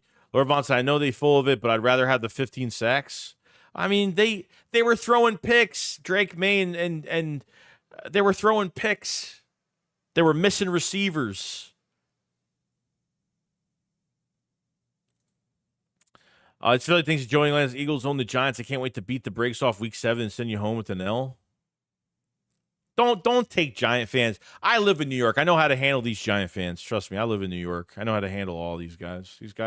These guys can't hold up a conversation at all. He says Hurts is a running back, little bro. Whether it's a troll job or not, he knows that Malik Neighbors was a good pick, but he knows that no one can throw the ball to him. They can't sign a number 1 receiver. Their running back was their main offense last year and did absolutely nothing. They know what's going on, dude. They know. Come on now. They have a coaching staff. They have a stupid GM and Joe Schoen that can't even get talent in the building. He can't even keep his best player last year on the roster. All they're hanging their hat on is their defense, but their defense is going to play 40 minutes of the whole fucking game. 33. They'll play the whole 3 hours if they have to. Really?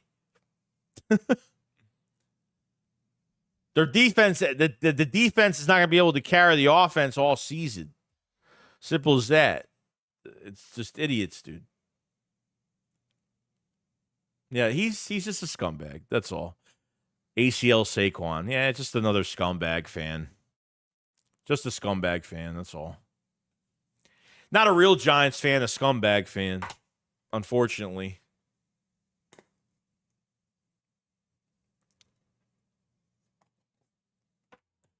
Anybody that talks about, obviously he's crying, he's pissed off about Saquon leaving since he wants him to get an ACL that badly. So he's crying. He's upset. He was upset. He was crying like the rest of them. He went to the dark side, bro. He went to the good side. Big Pickett said, wouldn't be surprised Judon is on a plane with Eagles after game. Already. George says, how do you feel about Thomas Mott? He's a great content creator. He's fantastic. Great content creator. I actually talked to Philly Special Show, last week, and congratulated him on the channel and doing a really good job. Great content creators. All of them are great people. So he goes, can we get rid of Reddick? So Judon doesn't make sense unless he is crazy good at stopping the run. It's a 30-year-old player that wants money. I mean, that's what it sounds like as of right now. I don't know. I mean, I can't. Would he play on the last year of his contract for $6.4 million? It's a nice little chunk of change. You probably would want a little bit more, but we'll see. Anderson, I talked to the Pats fan. They don't want him. I mean, he's not gonna. I mean, they're not. The Patriots aren't really going anywhere.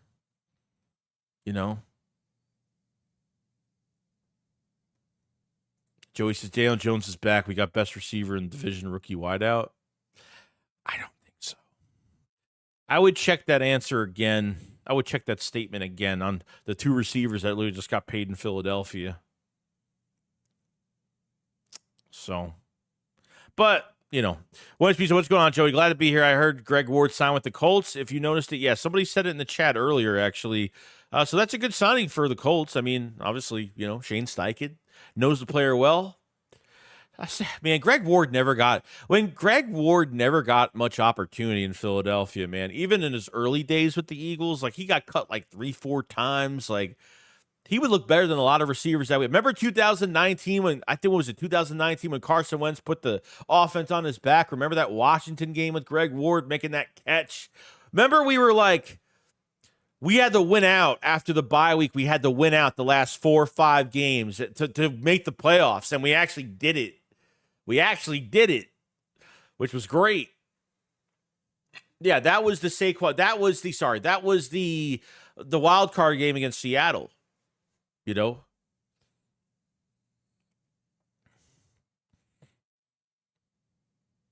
Rio says, it would be crazy if Howie traded back for Reddick. Saquon was the only reason the Giants won a playoff game, and now they're bums. Yeah, it's pretty much what they are. I don't talk to guys that talk about ACLs, so I mean, wishing injury on players. People are just that butthurt about Saquon leaving, dude.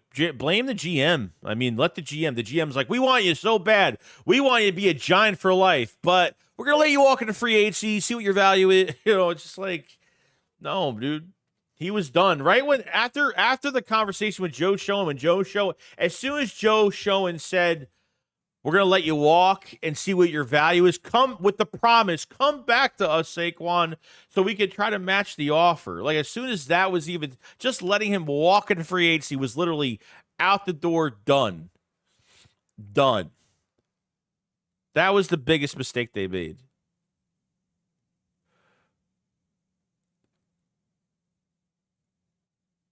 Laura says, Joey, what's even mad? Y'all, the fans try to see Saquon was trash now. Literally 95 all time. 95 all time on the Giants list. Yeah. What the fuck, dude? Neighbors got beat up by the Lions. Yeah, he almost had an injury scare, too. I think he had an ankle injury. I forgot what. He had he had something happen. He was holding his leg or whatever. He was fine, though. The Giants potentially could be last. They could maybe be in front of the Cowboys. Just really depends. But I think they could be last this year. We'll see. I think it's as Joey Glatt's feelings are. I mean, look, if you ever see a fan if you see a player leave a team and a fan says he wishes injury on that player, they're upset. They're not over it. It's what it is. Mayo says Danny Dimes doesn't deserve to be in the league. Yeah, I mean, at this point, they're stuck with him, dude. They're stuck with him. $40 million. $40 million, dude. They're stuck with him. They have no choice. Philly Duncan said even his daughter, Saquon's daughter, knows they're going to win now. Like, when Deshaun Jackson left, I wasn't mad because I knew it wasn't his fault. Him going to Washington was the worst thing that happened to us. The worst thing that happened to us. LaShawn McCoy going to for Kiko. LaShawn McCoy for Kiko Alonso. I was like depressed for 4 days. I mean, I get upset when Kelsey retires, but man, I was fucking pissed when McCoy left. That one hurt tremendously. But I'm not gonna say, oh, tear your ACL. Fuck you, I hate you. You know, can't do shit like that. GJR says people need to relax with Judon. People acting like he is Reggie White. No, I mean, I think he's what he's really good at. We need a guy that goes after the quarterback. He's a coverage guy, but I think what they're lacking is guys going. I think Nolan Smith is just, unfortunately, they're going to be using Nolan Smith in open space and coverage. Fangio thinks he needs to get better physically because he's not. Nolan Smith had that sack late. You know, how much value am I putting into one sack from Nolan Smith in a preseason game later on in the third quarter? You know, how much worth am I putting into that? You know what I mean? And Jalix Hunt is more of a coverage guy. Yes, the Browns did extend JOK for what it looks like. JOK. Yeah, $25 million guaranteed, $39 million extension. Shit, dude. It's a good day for him. That's good. That's not too bad. So, not too bad.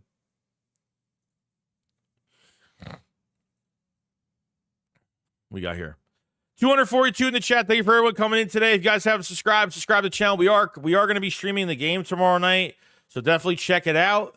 And if you guys haven't liked up this stream, like it up. It does help the channel tremendously. Check out the link in the description for memberships, merch, support in any way. Thank you. Appreciate everybody for checking everything out. If you guys haven't followed me on my Twitch, I actually have my Twitch channel. I think my Twitch is in there as well as other things for gaming and stuff like that. And I do other stuff in my free time. So love you all. When I'll take the draft pick, still scratching my head on how you trade for a player and not give him an extension. No idea. I mean, I couldn't even tell you.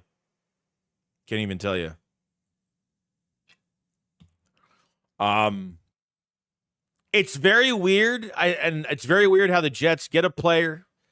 Head coach hasn't talked to the player yet. Still, no contract. I mean, they went into the trade saying that we'll continue contract discussions with Hassan later on. Nothing was prepared or ready. Sucks, dude. Like, I feel kind of bad I kind of feel bad for Hassan, to be honest with you. That's a shitty situation. You know, like it's out of his control. But now he's like done, requested trade, and then Joe Douglas comes out and says, "Well, every game that he misses, we're going to charge his CPA or whatever." And Joe Douglas doesn't give a shit. So it's getting. This is the year like the Jets really have to do something. You know, Aaron Rodgers is finally healthy. Like, they're trying to win a Super Bowl the next couple of years since Aaron Rodgers is here. Okay, you know. You sign an old quarterback that obviously has some greatness left to him, and it's NFL purgatory when you sign a quarterback like that, because now they're in crunch time. The Jets have to win a Super Bowl this year or next year. Like, they're in crunch time now. They have no choice. That's when you sign that's why I thank God the Eagles never signed Russell Wilson, because otherwise they would have gave away the farm, and it would have been a disaster. It would have been a fucking disaster beyond.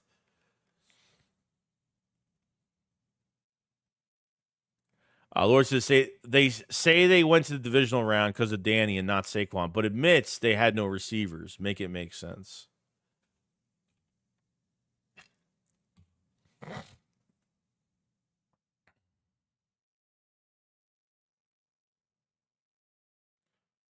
I don't get it. Like, I'm 8 years into YouTube, and when it comes to trolls, I just don't care, because half of these guys are between, I don't know, 12 to fucking 18 years old. Simple as that. Like, stupid shit. Like, regardless, where did the Giants go last year? Regardless, where did the Eagles go? We gave the division away. We gave away the first seed away. We gave it away. Gave it away. Simple as that. I mean, he must love me. He must love the channel. He must love me. So, as long as he loves me, he's people's. You know? Want to be grateful for Howie Roseman. Ain't. No doubt, bro. No fucking doubt. Why do you think Bad Dog, like Bad Dog is probably my favorite. He's probably my favorite one of my favorite content creators. Like, I think Bad Dog is the most realistic. I like the most realistic guys. And Bad Dog had to change, like, he had to make it Bad Dog Sports because the Giants have sucked for so long. And he was just like, man, I need to expand. You know, he expanded his content because the Giants were just horrible every year. Like, how much can you talk about a shitty team every year? So I don't blame him for, look at his channel now. Like, over 100,000 subscribers. Fantastic content creator. Like, and he's realistic and he doesn't bullshit you. And he doesn't just put on a show. Like, he doesn't put on a show. Like, he doesn't troll. Like, he's just very real. You know? Bad Dog, one of my favorite dudes on YouTube. One of my favorite guys on YouTube. Especially when he was in the TTC years ago. I used to watch him trash talk people, and he was great. He was very entertaining, by the way.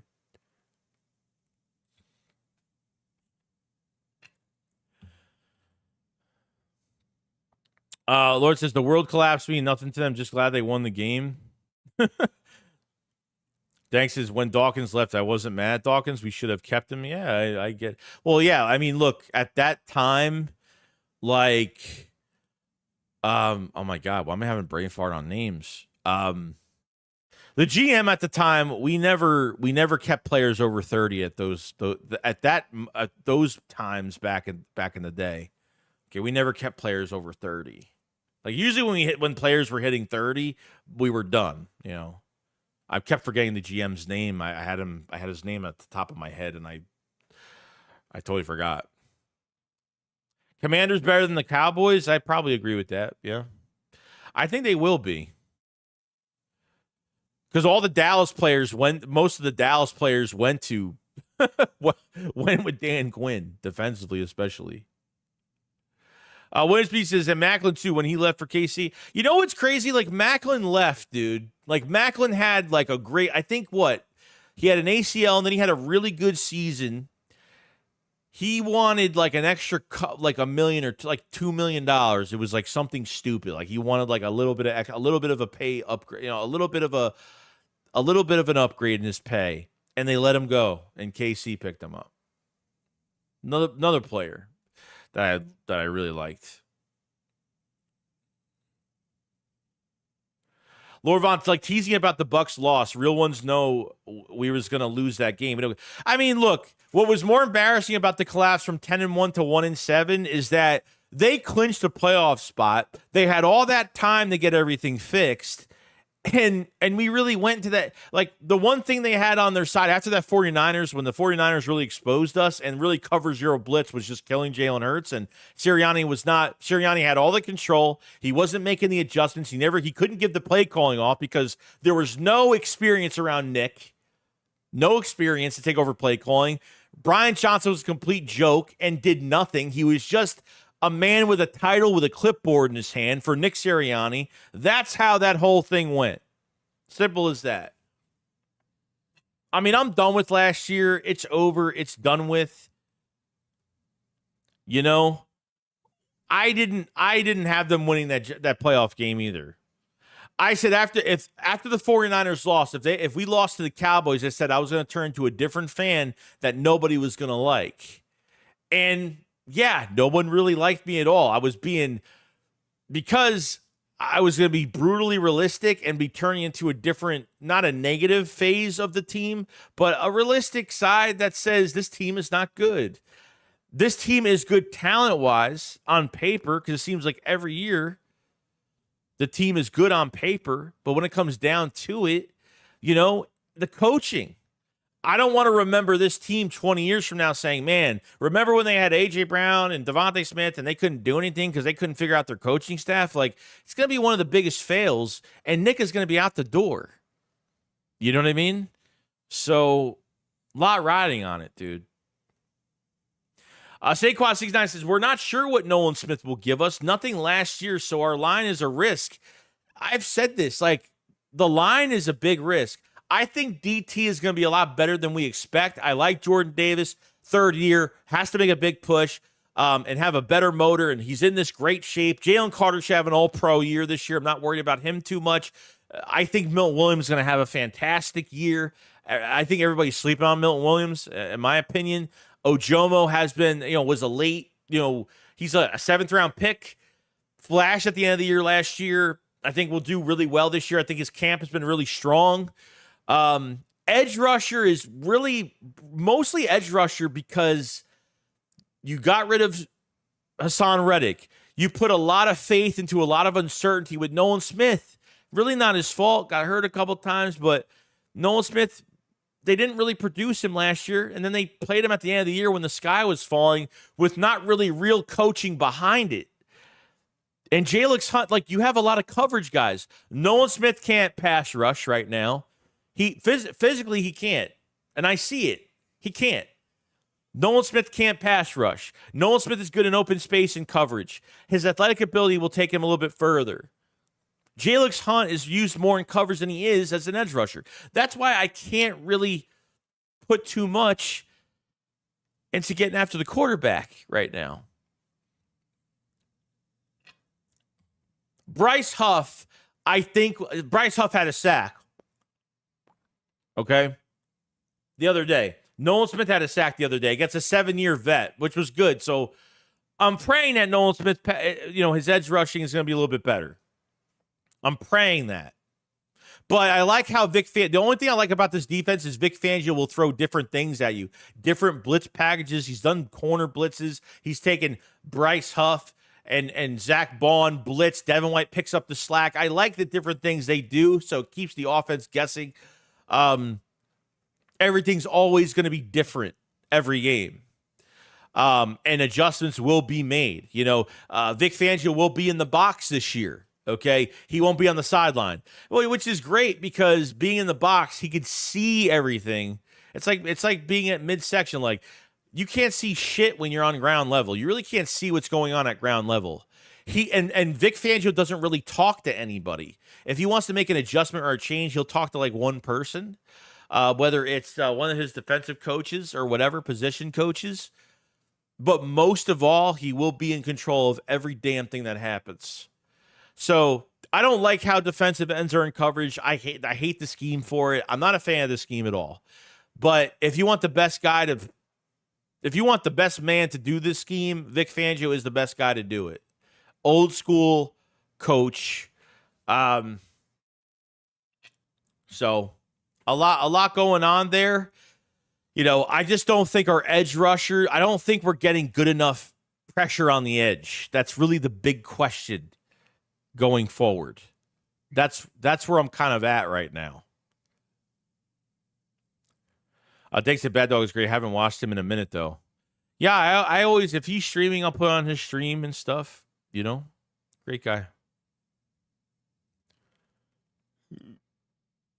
It's funny. I feel bad for Brian Dawkins that he had to win the Super Bowl. He was an Eagles legend. Yeah, I know, man. I get it. One HB says that ESP still hasn't apologized to Sean Jackson. He won't. He's not going to.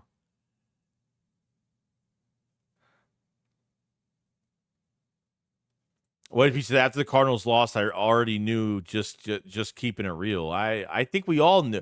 I knew early on, and people were like, you have to give it a chance. We have so much season left. OG Kush Goga says you keep the team accountable. That's what I do, bro. Like, if a player deserves to be bashed, he's going to be bashed. If a coach needs to be thrown under the bus, he's going to be thrown under the bus. That's the way I go. I don't sit here like, give it another week, give it another week, give it another week. You know what I mean?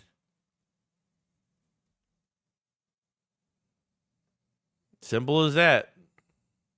Nick screwed this whole team up. Though I didn't want to hear Nick all off season, even during training camp, until he actually apologized.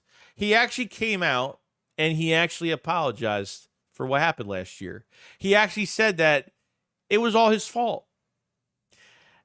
And Jeffrey Lurie and Howie Roseman made major changes, not only to the coordinators, but obviously to the control factor of who's calling the plays, and the positional coaches. They made a lot of changes defensively, a lot of changes with quote unquote experience. They brought in a lot of experienced coaches, from coordinators to positional coaches. Two Jet Stoa says, do you think Hassan is mad and wanted to stay an Eagle? I think he wanted to stay an Eagle, but I think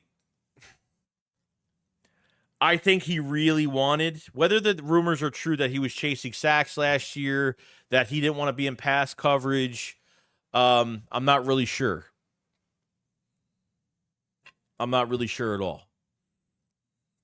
Lord Vaughn, that poaching our coaches doesn't help. Most of the real America's team, Chiefs and Winers, keep all their staff. That's why they're successful. The Chiefs is a perfect example. Andy Reid calls the plays. Doesn't matter what coordinator's in there. Andy Reid's calling the plays.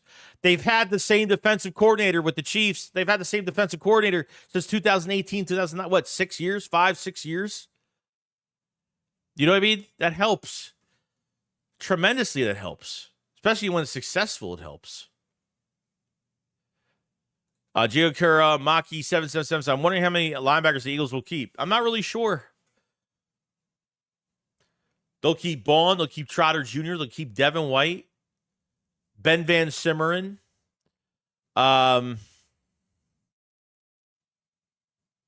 They're definitely keeping Patrick Johnson. I would say 5. I would say 5 guys, probably.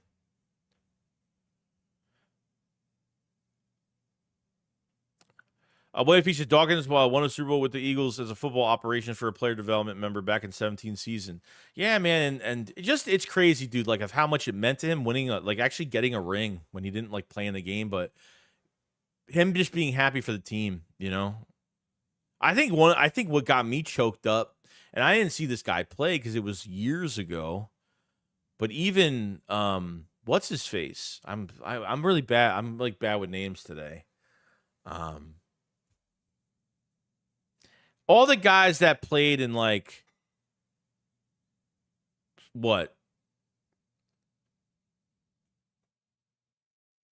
Super Bowl 15. Well, even Jaws, man. Jaws got me choked up. Jaws, I never seen him play, obviously, because that was years ago. But Jaws took it as, the Eagles that year in 17 wanted to do it for the guys that couldn't do it. Did it for the guys that played for the Eagles years ago. Did it for all the guys that couldn't get it done. That got me choked up. That was and he was choked up. Nifty 350D, what's going on, man? Says Anaya Smith gonna make it, but I don't really care. Is he really gonna make it though? Realistically, is he really gonna make it though? Practice squad player, sure. They're not going to give up on him after a year. Appreciate the super chat, by the way. He says, what is a big trade you think the Eagles will make that's not being talked about much? A big trade? Well, JOK would have been a big trade since he got extended. I honestly don't know. A trade? I'm not really sure. To a big-time player? I don't know if that's going to happen. The Eagles are not looking to pay somebody a lot of money right now. I think the Eagles are looking for a player that's a role player or somebody that fits well in the system, that's going to produce, that hasn't maybe been with a great team, that hasn't really been as consistent, but the flash is there. Really depends on who it is. I'm not really sure. But I think something is going to get done sooner or later. Yeep, what's going on, dude? I'll die for the versus guys. When do practice start? No, practice. There's no practice. They have walkthroughs today. Walkthroughs today. Game tomorrow. I'll be streaming tomorrow night, so definitely check it out. Which means Steve Spags used to coach the Giants. Yeah, I remember. I forgot his name. I keep forgetting. I'm bad with names today. Green Wingman says, we can't say the moving on from Reddick was the best move until Huff and Nolan proved to be worthy replacements. They had the move from Hassan Reddick because he was going to hold out. So the Eagles ripped the Band-Aid off real quick and said, you know what? We're going to give him up for a 26th third-round conditional and just let him go to the Jets. Yeah, I don't think it was the best move, but from a standpoint of scheme, which I can't stand, Reddick is not good for the scheme. Reddick would not produce in this scheme because Reddick would disappear. Reddick is a very streaky player. Reddick is not he's consistent with sacks statistically, but he's not consistent game to game, if you know what I mean. 1 month he'll have 0 sacks, another month he'll have 6, 7.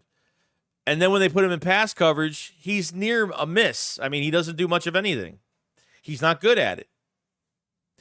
Which I can't stand that. I get it. But $25 million a year. So relatively speaking, the Eagles traded the Eagles traded Hassan Reddick for Bryce Huff in the third round conditional. I think Bryce Huff just needs more snaps. Okay. We need to see if he can handle more snaps. 43% of the snaps with the Jets, heavy rotation, third down edge rusher. Okay. That $17 million is going to look really good. It makes me nervous when Vic Fangio's like, oh, the first time he talked about Bryce Huff, is he a 3-down is he a 3-down edge rusher? He's not there yet. It's like, dude, you just paid him $17 million a year, and you're telling me that he's not ready? You know what I mean? It makes you a little nervous. And then the last thing he said, I think with the last press conference, he talked about Bryce Huff and said that he's trending in the right direction. So I'm hoping that's a good thing really going forward.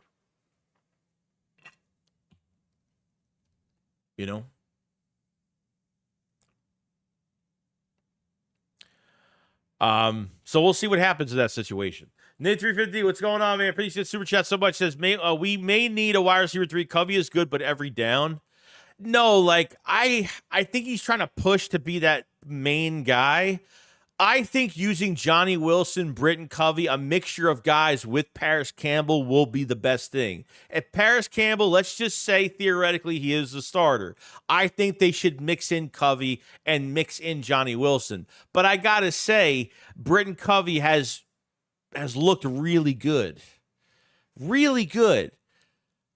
Now, he's the problem I have with Beasley. Sorry, Cole, because he reminds me of Cole Beasley. The problem with Covey right now is his size. Smaller than Cole Beasley. Really, it's his size, dude. If he takes a big shot, you can't throw a suicide pass to him. He gets hit, he's out. He's done. He's out for the year. That's what's going to happen. You got to find Britton Covey in open space, use them on pre-snap motion, keep the defense on their heels a little bit. I think Covey has a huge shot right now. He has a big shot. So that's where I'm at with the whole situation with Covey. So appreciate the super chat, by the way. Vincent says, considering Reddick hasn't played a snap for the Jets, yet it was a great move. Yeah, I mean, the only issue that we're going to have is we're not going to get that second round pick. If he doesn't play this season. I mean, at 30 years old, is he going to hold out at 30 years old and wait a whole year? You know what I mean? Hassan Reddick's going to lose money this year. That $14 million is going to dwindle down to nothing, depending. We'll see.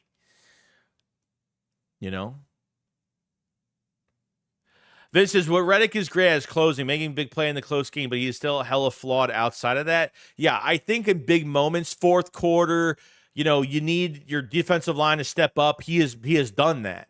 But he's, like I said, streaky player. He's not a consistent player from game to game. That's really where it's at right now. That's where we're at right now. The other Tim that said, Covey deserves his shot. Dude always doing something on the field. Plus, they have the tall wide receiver who can come on red zone. Yeah. Johnny Wilson on short downs, whatever it is, red zone, It is what it is. His blocking's amazing. He's going to make the team already because of his blocking, because his blocking is just, look, Johnny Wilson is aggressive, dude. That's an aggressive player. The last time we had a player at that size at 6'6", almost 6'7", was Tyree Jackson at tight end. Guy couldn't stay healthy. Having a guy at 6'7" that's just going to get better, Jesus. I don't think Covey's the same size as Beasley. I think he's a little bit smaller, just a tad smaller. Somebody put out his metrics yesterday, and I think he is a little smaller.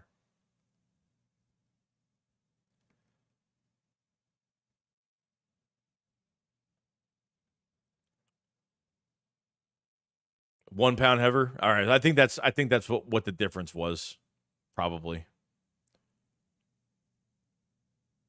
Yeah, day 13. Yeah. It's walkthroughs today. It still counts as another day. It still counts as another day of training camp. So, just like the first day was kind of walkthroughs too. So, then the second day came and they were practicing. So the pre-snap motion movement showing Jalen the coverage they're trying to use will go so far to let Jalen check us into a beater space. Be excited. Oh, it's gonna be great, dude. The check downs, the slants, the crossers, the hot routes, changing plays at the line. Nobody will be wasted in this offense. No position will be ignored. Using running backs in the passing game. I mean, just having Saquon Barkley lined up in the backfield puts another puts another defender in the box, which, if it's play action or something like that, because Saquon Barkley's lined up, could create a huge play on the back end, a huge play. But they're loaded, man. They're loaded. Mekhi Becton, which I'm really shocked. And to be honest with you, he's healthy. Mekhi Becton as a first round, I mean, it really makes the Jets look really bad when it comes to trying to produce him. Jeff Stahl and what he's done with Mekhi Becton so far, man, it's been amazing. Fantastic. Really fantastic. Dwayne says, from the outside looking in, I'd give Devin Allen a shot. Is Devin Allen even on the practice squad? I don't even think is he here? Is Devin Allen even around? Honestly? Yeah, Noah Brown would be a good move.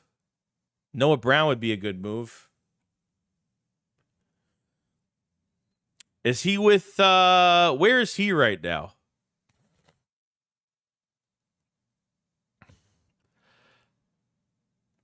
Trade Diva Ayuk says Smeagol K. Trade Diva Ayuk. I guess he's not liking Brandon Ayuk right now. Texans as a backup, obviously. Was he a special teamer? Visit Salamatita says we should use a lot of two running back sets with Barkley and Shipley. Mention out. Oh yeah, they could do that too. I think we're gonna be shocked on like just all these different plays and these surprises we're gonna have going to the season. EC1 says Campbell always injured. Yeah, I think he was injured last year too. It sucks, dude. He's back though, so we'll see. I don't know if he's playing tomorrow. We'll find out. Becton is better at guard than tackle. I think he's really big for his size. He's got a tackle body. Okay, he's really big for guard. But it's working out though. It's working out really good. Mekhi Becton is a big individual. Let me tell you that man is. It's Godzilla playing at guard right now. No joke. But he's been great. He has a step over Steen. I think a couple plays. I think Steen on a couple of assignments didn't do a great job, but still Steen had a solid game. We're nitpicking on plays, really. What if he says Style University, Joe? Remember, I told you back in March. Dude, it's amazing. I thought it was a sneaky good signing. So this is Campbell's always injured. This is true. Texans, Joey. Yeah. Easy ones votes. The far fan wants to trade. They best wide receiver having a bum as QB. Laughable. Yeah, wait. They got one more year. I think they have one more year after. They have one more. This is really the last year. They have to give Purdy his contract next year. At least before the season starts next year. They got to give him his contract, or middle of the season, or they're not going to wait till the end of the season. They've had a lot. They're not paying a quarterback right now. They've had all this fluctuate. They've had all this maneuvering with all this cap. They're able to extend. They're able to do a lot because they're not paying a quarterback. Wait till that contract hits with Brock Purdy. I'm telling you, things are going to change drastically with that team once Purdy gets paid, and Purdy's going to get a big contract. For a fact. He's gonna get a lot of money. He might be the highest paid, to be honest with you. That's scary. Hurts 4K throwing incoming. I agree. I think it'll be a good season. I think they can have 36 to 3,800, honestly.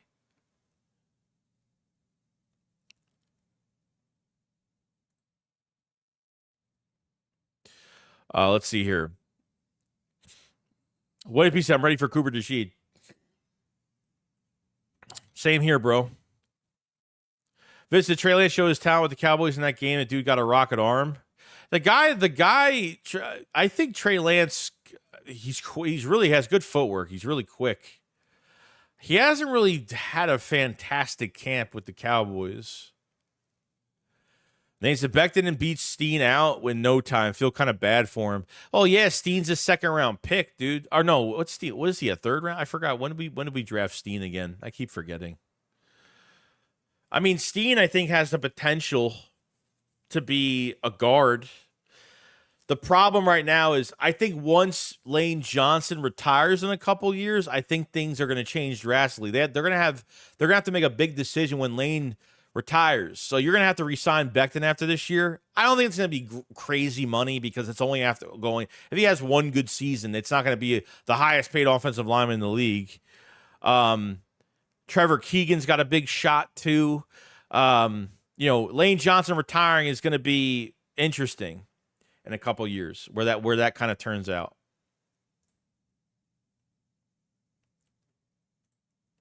We'll see how that goes.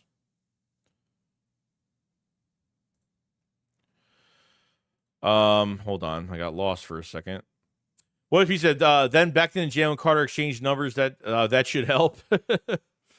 We'll see. Suo, what's going on, my man? Welcome to the stream, dude. One piece of Cam Jurgens going to hold it down. Style and you. Yeah, I feel good. So who's the backup center right now? They signed Nick Gates. Seems like he's not even the backup. Seems like Brett Toth is the favorite as the backup center right now. Dylan McMahon can play center in both guard spots, but he's played better at guard. Andrew said, Joey, what's the realistic way Cooper gets starter minutes in the field this year? It's either he's playing safety or he's going to be used as a move-around piece. Like, they'll have him all over the place of the defense, and he's going to be that adjustment type player, that Swiss Army. I think having him as a Swiss Army knife type player is going to be where he's going to be at his best than putting him at one position. I don't know where he's going to go because it seems like Cooper DeJean was playing a lot between OTA. This is without full pads. Between OTAs and minicamp, it seems like Cooper DeJean was mostly the inside guy, and Quinyon was the backup nickel guy. But now with him coming back and only playing next week, he's not playing in tomorrow's game. Okay, he's definitely not playing in tomorrow's game. But I'm not sure. Yeah, Matt Hennessy has done. They haven't really favored Matt Hennessy at all. He's got starting capability. They just haven't really favored him at guard. They haven't favored him at center at all. I don't know. I totally forgot about Matt Hennessy because he's pretty much been off the radar, really. Like, nowhere. I think it's Brett Toth. I think Brett Toth is really the backup at this point. Vince, is Cooper probably going to end up starting at safety? That's what I'm hoping.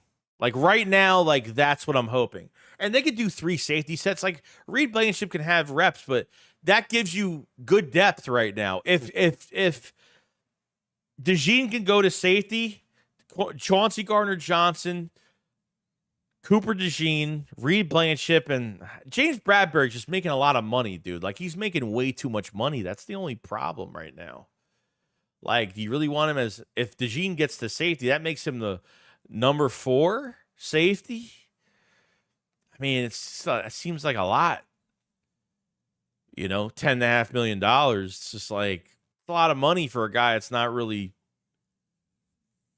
starting. And from that practice we've seen, Jesus, like, what's going on, Matt? Hope you're having a good day, dude. Dynasty, do you think Anaya Smith improves? I mean, you're down to a second week of joint practices, which is over now. Going to a second preseason game, he's got to turn it up. If he doesn't turn it up tomorrow, is that even going to be enough? He's not even, he did nothing for joint practices. You know, the Eagles take Nick takes a lot of faith into these joint practices. I think he's the practice squad. I think it's too late. I think it's way too late at this point. I don't think there's enough. I'm ready for a QB sneak whining from opposing players. Jason Gonzalez says, the player I'm most excited about this year is Trot. I was hoping to get him the entire draft. Yeah, I didn't think Trot was going to make this much noise. And not unfortunately, fortunately, he's really making his case. He's putting his foot down and saying, look, I'm here. I'm here to play. It's scary, dude. He's looking like the second best linebacker on this team right now. I'm not saying I hate Zach Baun, but I really don't know if Zach Baun is really that guy that everyone is saying he is. Fangio has favored him since his first introductory press conference. First player he talked about was Zach Baun.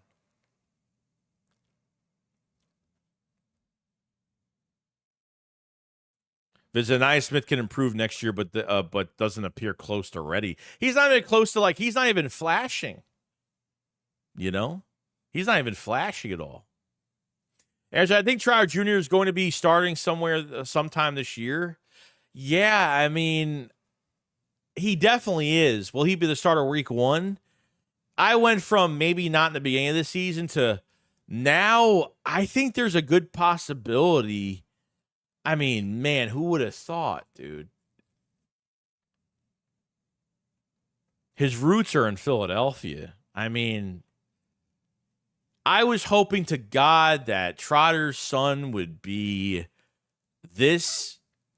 making this much noise in camp. It's crazy, dude. Vince says, nice reminds me of actually when we got Donnell Pumphrey. Oh, my God. Where his jitterness just stole his game. Yeah, like being indecisive and thinking too much. Donnell Pumphrey, I made a video said he would change the NFC East. Like, I was such a big fan.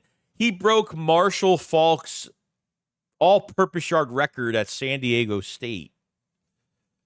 I can't believe I remember that because I had high hopes for him.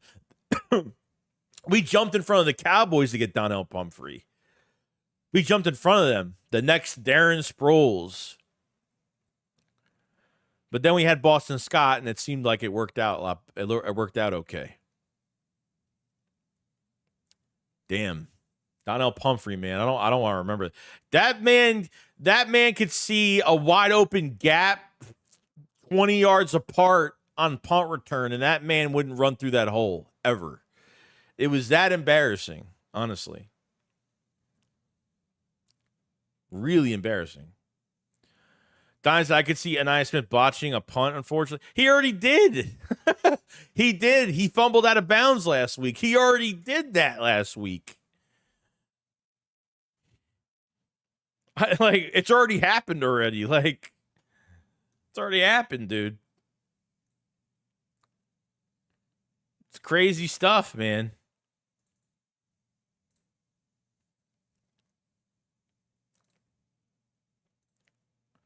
When he said, me too, Joey, especially when his dad going to come Eagles game. Like, it's gonna make me cry if Trotter Jr. is becomes something that nobody expected.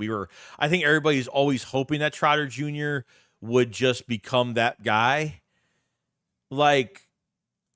Man. And for a fact, if Trotter Jr. plays well in the next few years, the Eagles would never let him go. The Eagles would never, ever let him go. There's so many ties because of Trotter, obviously, because of Trotter Sr. and Trotter's wife that passed away, and just how close that organization is with that family. There's just so much. I got choked up just watching Jeffrey Lurie just talk on the phone with Trotter Jr. on the phone when he got drafted. That was whew, man, that was crazy. That was some crazy shit. Matt said, I hope and pray Pickett never has to see the field this whole entire regular season because I just don't trust him one bit. Yeah, Tanner McKee is definitely over him. There's no doubt. So he said, I don't know what's up with Nias. He looked so promising when we drafted him. Probably needs a few years. I don't know if it's a few years. If that man can't produce in 2 years, then I don't know. He's a 5th-round pick. So he's not a 2nd-round pick. He's not a 3rd-round pick. Got to give it slack. But he hasn't done nothing. Best way to put Dean as a blitz, just like we did with Michael Kendricks. Dean should strictly be a downhill linebacker because that man can't cover. He literally can't cover. He can't. That man can only run in one. Nakobe Dean can only run in one direction. That's forward. He can't run. I mean, I don't even know if he can run side to side. I don't think he can make open tackles running east and west, to be honest. After that open practice where he got his ankles broken, not once, but twice by Kenneth Gainwell, yeah, that really freaked me out a little bit.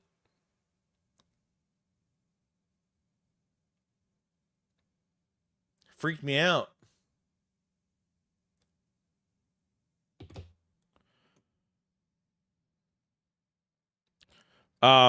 We got 208 in the chat right now, guys. Appreciate everybody joining us on this long stream today.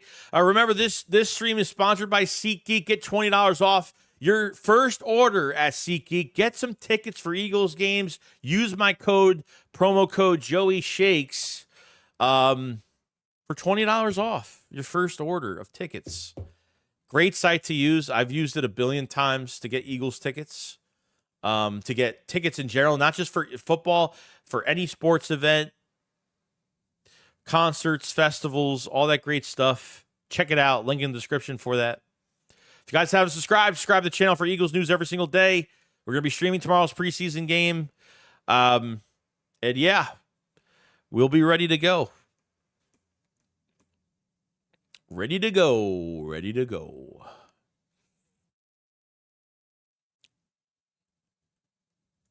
He said, I think his stock went down because he's too small. This says, it appears that Trot Jr., like he was in college, will become that guy, already carrying over his production. I want to see the axe throw, bro. I want to see the axe throw so bad. I'm waiting for that moment. He's going to have that sack. He's going to just move up 5 yards to do the axe throw. I'm pumped for it, dude. I can't wait.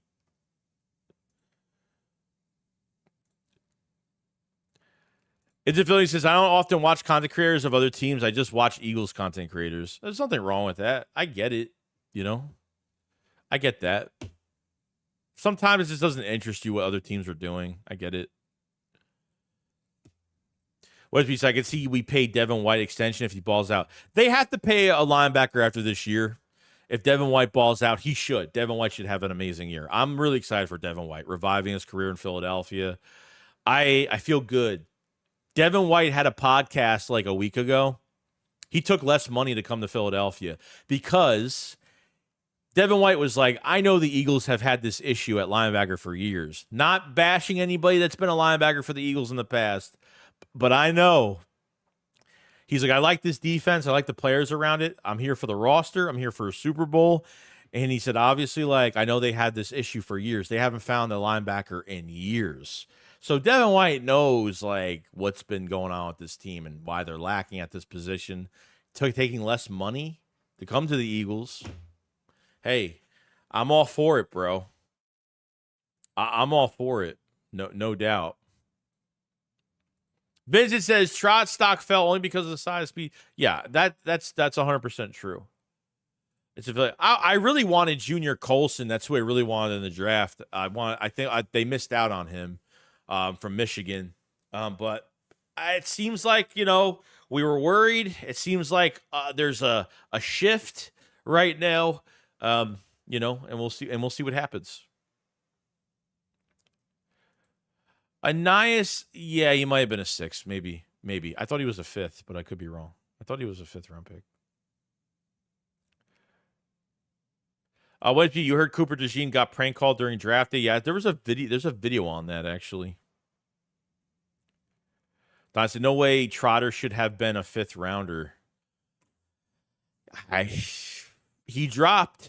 The Eagles must have had him on the radar. The Eagles must have had him on the draft board for a while. And they waited and waited and waited and waited. And they kept moving down. They moved down. They traded back a bunch of times. Nate says, which is crazy because Dean was advertised as the ultimate dime backer. Glad he's making plays, but do you keep a spot on the 53? They're gonna have to. They need bodies. They can't get rid of Dean. Like, they need bodies. There's nothing really else there. Like, they're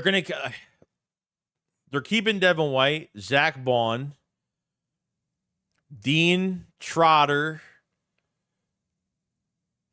Ben Van Simmeren,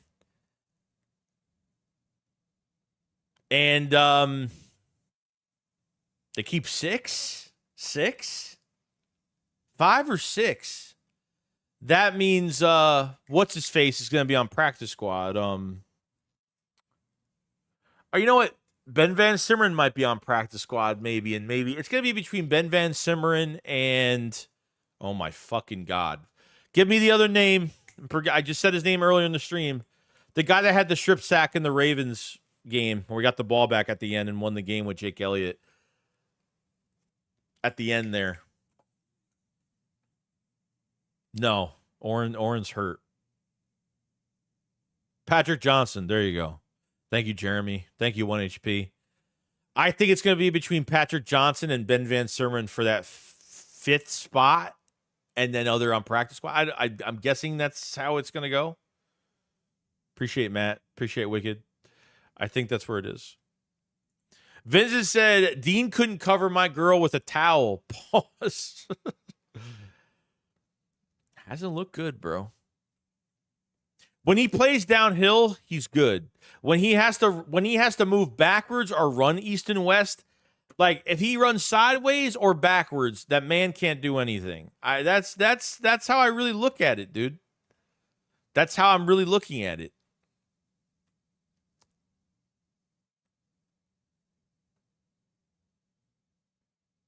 They didn't notice a sneaky sponsorship, Joey. Thanks. Good for you, Joey. I appreciate it, man. Yeah. I use SeatGeek all the time. All the time. So how do you feel about Jalen at $51 million? Fine with it. The cap numbers are nothing.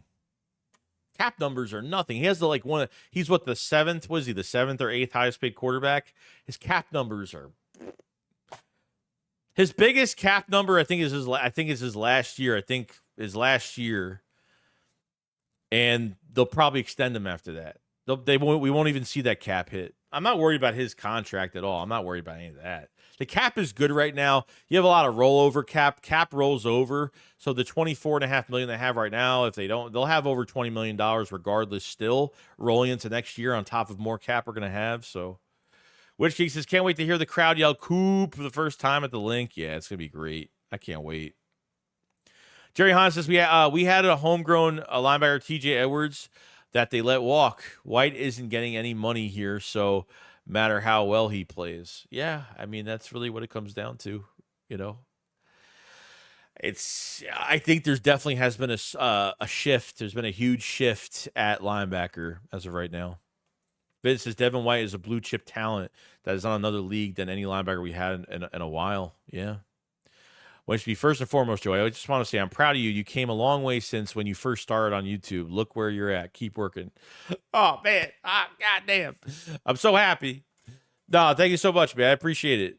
Yeah, you want to watch my first video? Oh man, it is very, very embarrassing. I wish I would delete it, but I guess you got to remember yourself in Subway. I guess where you come from. So I was literally sitting on my couch and I was like, "Yo, this is Joey shit."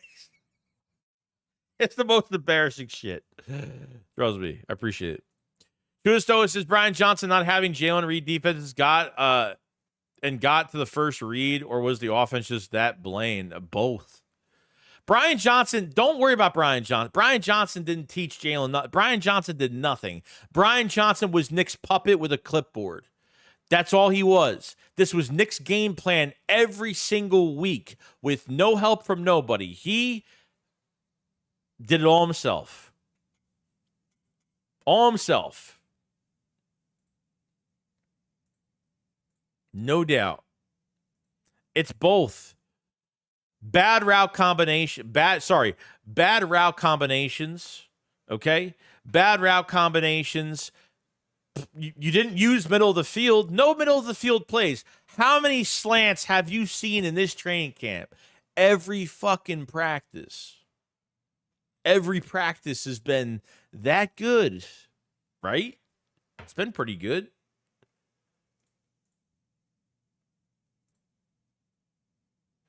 I don't think Trotter was going to be anything, to be honest. He proved me wrong. Honestly, to be honest with you, I honestly did not give a crap if we drafted him or not, okay? Everybody was on this train to draft Jeremiah Trotter Jr., and I said, look, if he's a late-round pick, like, how much really am I putting into this, okay? I honestly, for myself as a fan, like, I honestly, like, I said to myself, oh, it would be cool if we drafted him, but is he going to make an impact? Like, that's really all it came down to.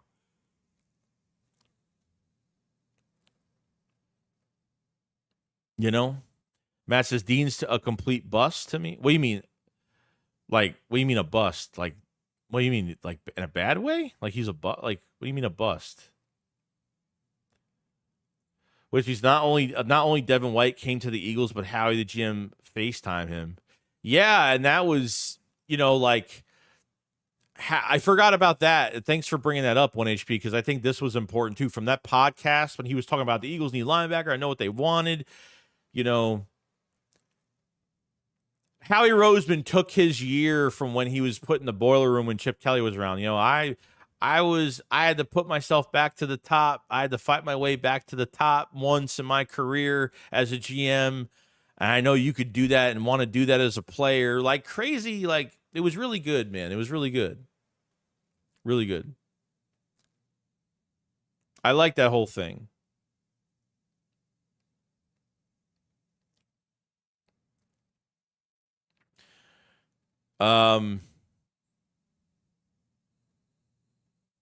Joey, a master covering your girl with a towel. Yeah, maybe. I could do it. I'm fast enough. I could do it. Don said, I hope Warren Burks can get those reps in to stay on the team. He's honestly a pretty good line. If you're not available, bro, it doesn't matter what you have. He's gone. If it's not practice squad, he's gone. He's been out the whole entire training camp. I don't think there's any chance for him to do much of anything. I don't. He hasn't played, period. He hasn't put on pads one day. He hasn't practiced one day. He hasn't done nothing for one day. It's a Philly thing in the AFC. It's a Philly thing. Says if the AFC Championship, Lamar Jackson's tendency is to choke in big games, lay his ugly head once more. Oh, that's. I've never been a fan of Lamar Jackson. I think him as a passer is just suspect. And yes, he doesn't win big moments. That's 100% true. I've never liked him. Never. Vincent Salamatino says, disappointed Big O. Hasn't popped as a tight end. He will absolutely need to draft tight end this year. Yeah, it's looking really bad. Calcaterra is already out with an injury. He's been gone the last couple days. Nothing crazy serious, but still, like, Dallas Goedert has got to stay healthy. But we don't have a number 2 tight end right now. Calcaterra is slated to be the number 2 guy. He's had a pretty strong camp. Albert O, you traded for him last year. You didn't use him last year. So you re-signed him this year. He's done absolutely nothing. You signed a 31-year-old tight end, CJ Usama, because you just wanted some veteran on the team. He's done nothing. Some of these guys have just done nothing. You know, like, I like what I'm seeing from Dallas Goedert the offseason. I just don't, you know, hopefully with the more distribution of the football, Dallas Goedert won't have the tendency to get hurt this year. We'll see, you know.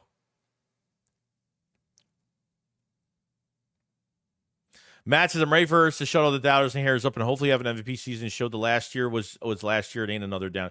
No, I mean, we know that why last year was last year. Okay. Yes, there's blame on Jalen Hurts, but let's put the blame where it really should be.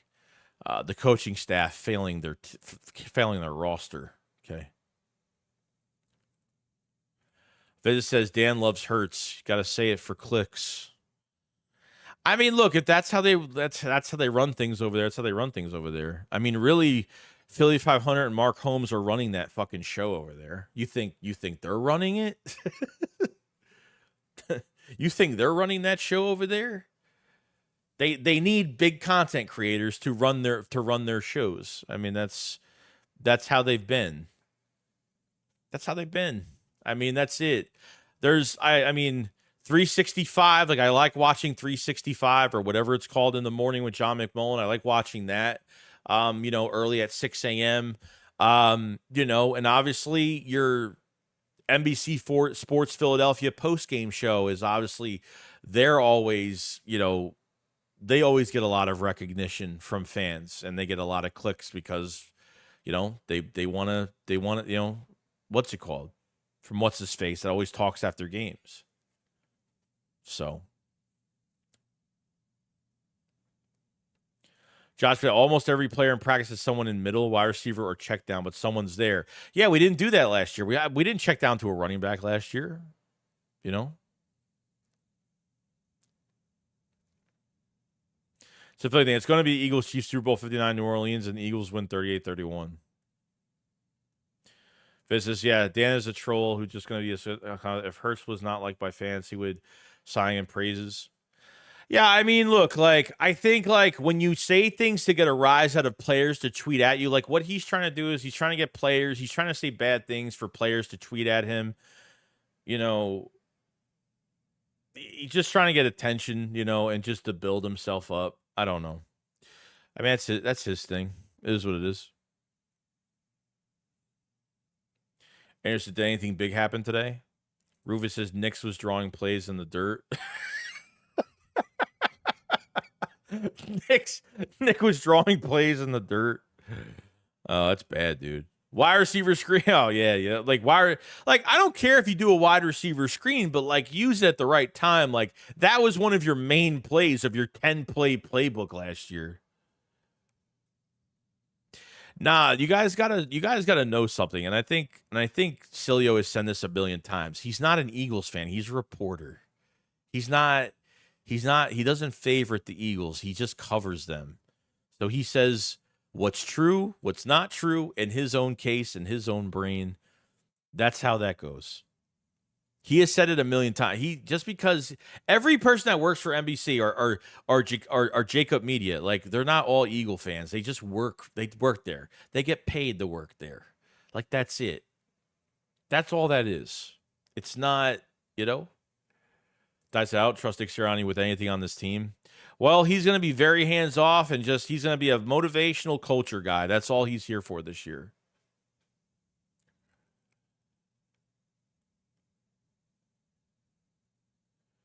Philly thinks that this is a clown. He doesn't know Eagles football. Trash to Jalen Hurts and the Eagles, and is always negative. Yeah, I get it. I mean, I don't know. That's just how people. That's his thing, dude. It's his thing. Nate says, speaking of dirt, what about Julian speaking spell and analytics? Forgot, didn't you? I have no idea what that is. Nick reminds of Dan Campbell. Dan Saylor's a Buccaneers fan. He was the Eagles 13-4 season. Philly says, well, nobody likes him. Diane says, yep, motivate, and that's it. That's it. You know, some majestic Nick is basically a cheerleader. Yeah, well, that's fine, dude. Like, there's a lot of hands-off coaches. Dan Campbell is Dan Campbell is an off-hands coach. Off the line. Did I just say off the line coach? Off-hands coach. There's nothing wrong with that. Like, know that you're bad at something and don't do it. Like, if at least you know you're bad at something, you stay away from what you're bad at. Like, the ego, that I'm hoping it's settled down now a little bit. He'll always have his egotistical attitude when he wins, and that's fine. But stay away from the playbook. Just like Donnie said, stay away from the playbook. They said Julian Lurie's analytics company feed Nick's dumb plays. I never knew that. I've heard rumors on that, but Josh says Nick Chiriani. I'm fine with it. Nick Chiriani. That's a good name, actually. We should make that a t-shirt, honestly. I'll credit you. Nick Chiriani. Nick Chiriani is ready. We have 222 strong in the chat. We've been streaming for 2 hours, 37 minutes. We'll have a video tomorrow, and we'll be streaming tomorrow as well. If you guys haven't subscribe to the channel. Hit that subscribe button. We'll be streaming the game tomorrow. We'll have videos out all week. Make sure you like the stream. Thank you so much for coming in today. We're not done yet. We're going to go over a few more things. Check out the link in the description, guys, for obviously the merch store, me and Philly's merch store. The redemption line is out. Start ordering your merch. Very good merch. Become a member, bunch of stuff. Follow me on Twitch. Anything possible. Just I have a lot of links down there for a lot of different things. So check out everything. Join my Discord server as well. I have a Discord server that I do. I join voice chats. I do voice chats with a lot of subscribers in the off season and in the middle of the year. So join the Discord. I think we have over 200 members to the Discord. So check out my Discord link in the description if you have Discord as well. Check it out. White Piece, never forget when CMC revealed Eagles playbook last year during Manning podcast. Yeah, I mean, he guessed what the Eagles were doing. That's what I'm saying, dude. Like, this is on Nick. It's on Nick, dude. Joe says CD wishes he was an Eagle. Yeah, he wishes, even from the Pro Bowl, he wishes that Jalen Hurts was throwing him some beauties. No doubt.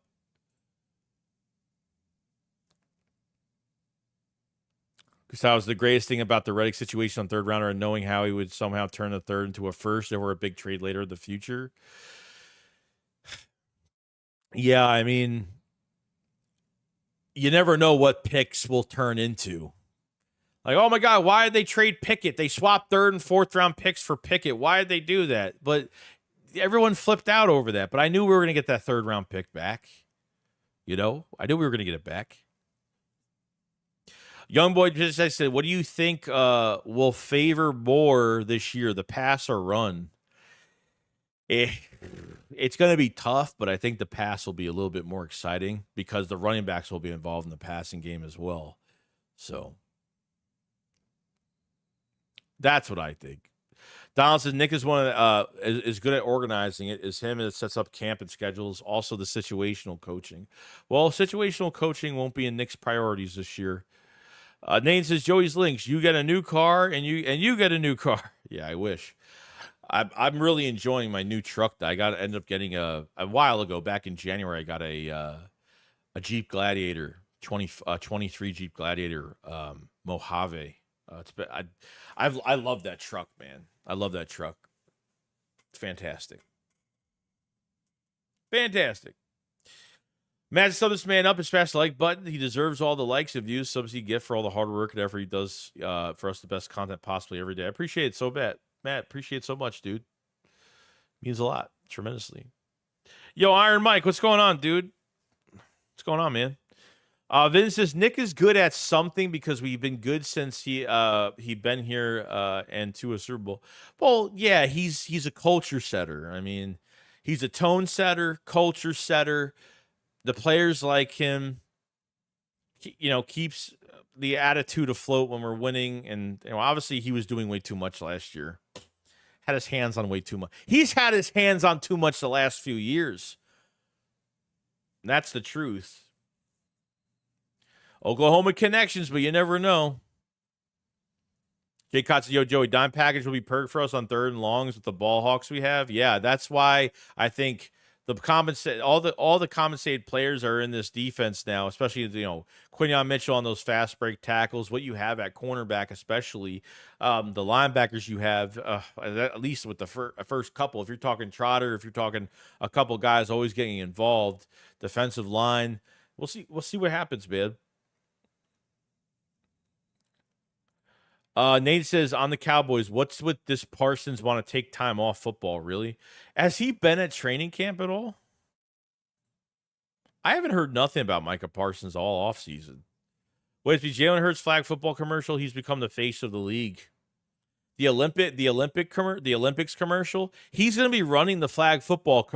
I don't know if he's going to be a coach for the Olympics or something in the offseason, or I don't know what's going on.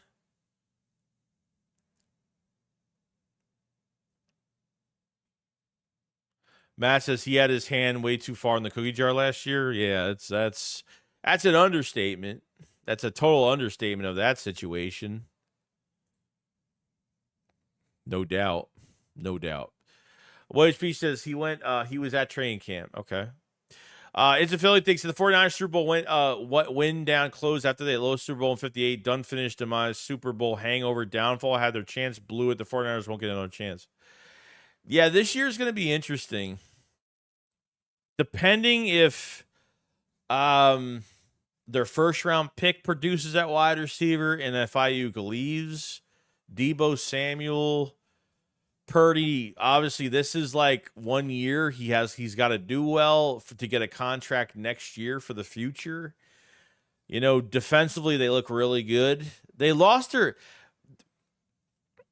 what was their defensive coordinator firing all about? They lost a really good. Why did they scapegoat their defensive coordinator and fire him? Was that a big loss for their defense? Because I thought that was a huge blow to their defense last year. This offseason. Nate says up Howie's cookie jar elbows deep. Neil Sauce says, what do you think about the Reddick and Ayuk situation? I mean, the Jets are stupid to the Jets are dumb to acquire a player, give away a draft pick, for a player that the pen and paper ain't ready for. It's just stupid on the Jets side of things, honestly. The Ayuk situation, I think Ayuk just wants the money he's been wanting. And the 49ers know after this season they have to give. Now, I think he's got Purdy's got 2 more years technically. Really technically. So they got to figure out they have to pay Purdy in a couple years. Sorry, but now you're going to have to pay a quarterback now. Now you can't just sign this one and sign that one and re-sign this one. I'm sorry, but Howie Roseman, no one could be Howie Roseman. There are teams out there that try to copy Howie Roseman and how he does the cap and how he does the low cap hits. Acquiring players, and every time somebody follows that recipe, they're always 10 steps behind. It's just how it is. Yeepa says Sirianni better not stick his nose on more playbook. I don't think he's going to. Okay. If you have to give it a couple weeks for this offense to get in, and you're hoping by the 2nd, 3rd week, some people give it 4 weeks for an offense to really get their groove on. I really hope that they get their groove on nice and early. Hopefully. It's a Philly thing. If I'm a 49ers fan, I'm thinking we should have won a Super Bowl when we got the chance. That's true. This is, we know how he would have been honest with Banner too during the trade. Vince says, thing with San Francisco is those players ain't taking no pay cuts with Cali taxes. Yeah, I've never seen any of those players take pay cuts ever. So, Boydby says, then how he getting his players back, like Deshaun and Chauncey Gardner-Johnson? I remember he tried to get Shady back. Yeah, I remember he tried to get Shady back so many times, and the Bills wouldn't budge. The Bills were not budging for Shady to come back. It was a shame. It was a shame. Like when LaShawn McCoy as a Bill came to Philadelphia against Chip Kelly. I mean, we won that game. When he kissed the Eagles logo middle of the field, no player does that shit. No player like Saquon wouldn't do shit like that. If we play at MetLife, you think Saquon's going to kiss the logo middle of the field? No, probably not. Shady kissing the logo middle of the field was like, it was gut-wrenching. It was probably one of the hardest things. Getting Deshaun back in 2009, what was it, 2020? I don't know. It was just one of those years. Like, Deshaun had, his speed was still there. He got hurt twice. Guy couldn't stay healthy. 2019 it was, not 20. It was 19. I forgot. 2019. It was yeah. He was hurt. So it was shit, man. It was shitty. And LaShawn McCoy he's got 2 Super Bowl rings that he did nothing. He wasn't even a part. I don't think he was even a part of those 2 Super Bowl rings. He was a scratch. He was a healthy scratch for the Chiefs. Didn't even play. And for Tampa, he was, I don't even think he had a couple. I don't even know if he even played that much with Tampa Bay during the Super Bowl. Right? So how much do you put into those Super Bowl rings? He said a few weeks ago he would sell his Super Bowl rings. He would sell his Super Bowl rings to win a championship in Philly. He would trade in those 2 Super Bowl rings to play in Philadelphia to win a championship in Philadelphia. I guess that's crazy. I mean, that's,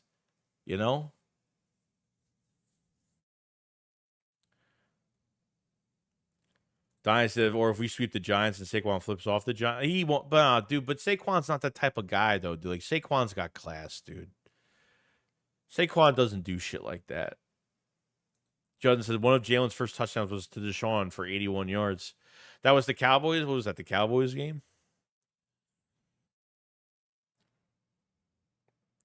What time is practice? Bro, there's no practice.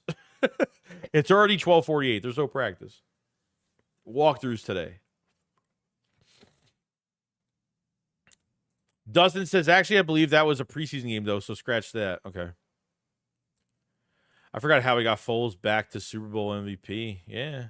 Sometimes we forget about that whole situation. You know what I mean? We forget about the whole situation with Carson and,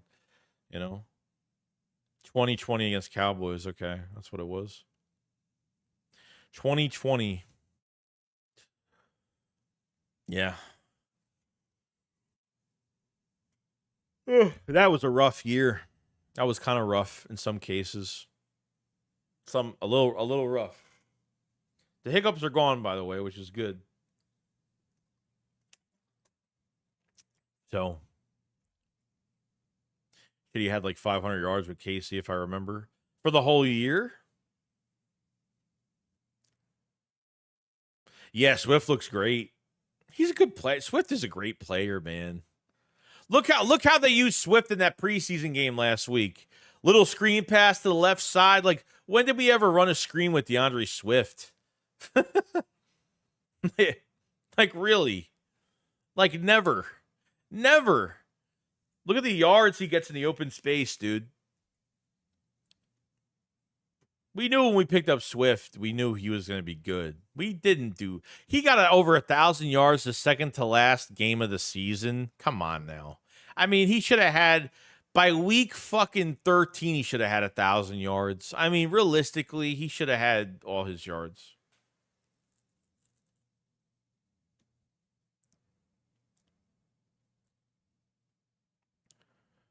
Wedge, we still can't believe we got Saquon. I know, dude. It's insane. Nathan says, good for Swift. Swift got paid like within the first 3 minutes of fucking free agency. How the past couple years between some of their Chicago Bears and their signing so fast, I don't get how they got a deal done. I mean, Swift got the most money he'd probably ever get as a running back. I mean, $8 million, what he got, 8.5. DeAndre Swift, 1,000-yard season, first in his career. Miles Sanders, 1,000-yard season, first in his career. Never will be that again. Miles Sanders will never have success again. There's a lot of rumors that Miles Sanders could go to the Cowboys. There's rumors he was going, I don't know.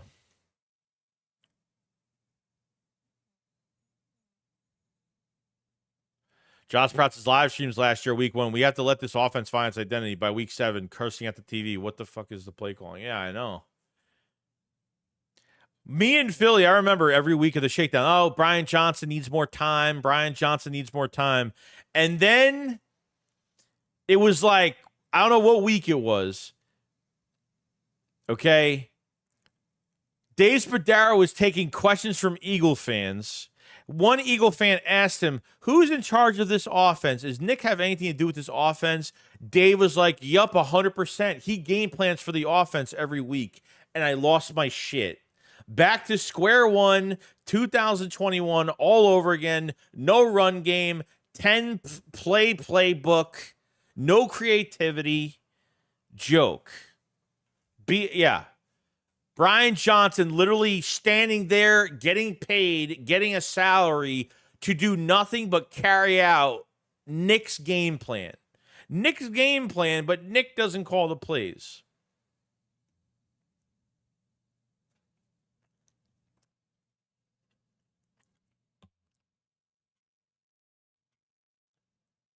If it wasn't for Dave Spadaro, like getting those questions from Eagle fans, I don't know what would have happened. To be honest, I don't know what would have happened. I don't.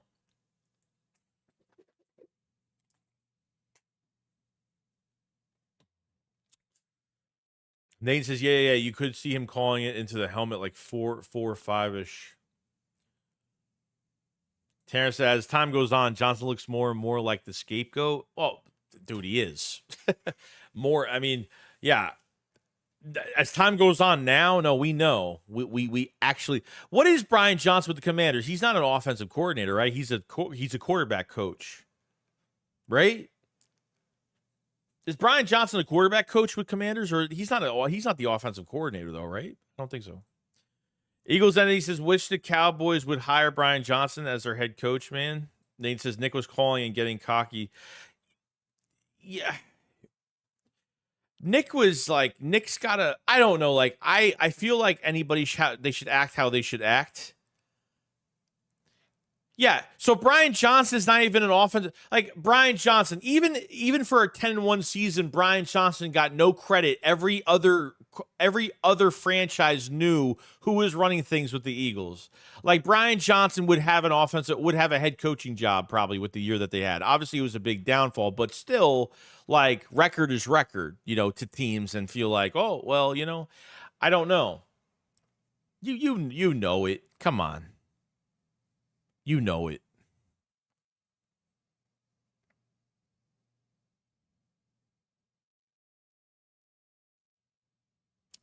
I think Hurts was tired of Nick's disrespect towards other teams, always barking. Yeah, and as the weeks went on, he had his arms crossed. He was, I don't know.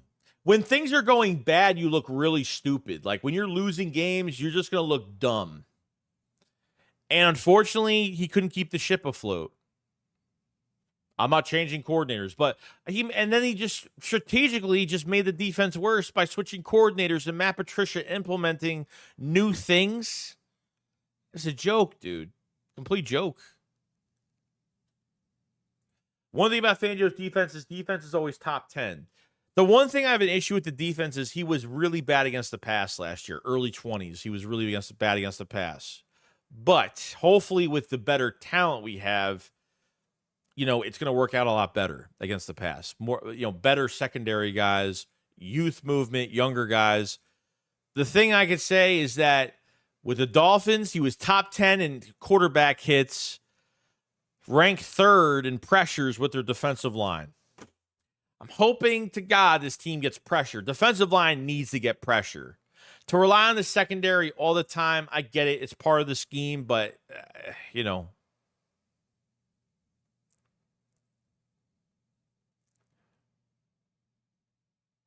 Christopher, let's be fair. Brian Johnson, Nick was calling the plays down the chute. Brian took the bullet for Nick. Christopher, you said that perfectly. Not a happy camper. Terrence said, but Joey, didn't you want a coordinator change in the middle of 23? Yeah. So I don't get what is, yeah, I did. After that loss against after they lost against the 49ers, okay, I said if they lose against the Cowboys, they need to make a move, an in-coach change like now. And they didn't. I wanted Brian Johnson gone, not knowing like the fucking truth of who was really calling the shots. But it was Nick. Yeah, try. It was just a walkthrough, buddy. It was just a walkthrough. Eagles playbook last year. That's good. That's funny.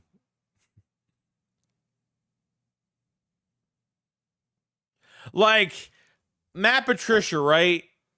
Reed Blankenship had a lot to say. Sidney Brown talked about the soft-ass practices we had last year. From what I'm hearing, training camp practices are really tough. Beyond tough. Very demanding. Vic Fangio was like, man, if we could do two-a-days, I'd do two-a-days in 2 seconds. Obviously, the NFL doesn't do two-a-days. He's like, if I could do two-a-days like we used to do it, I would do it right now. You put Bradberry man-on-man against JSN, against the Seahawks, and you just lose the game.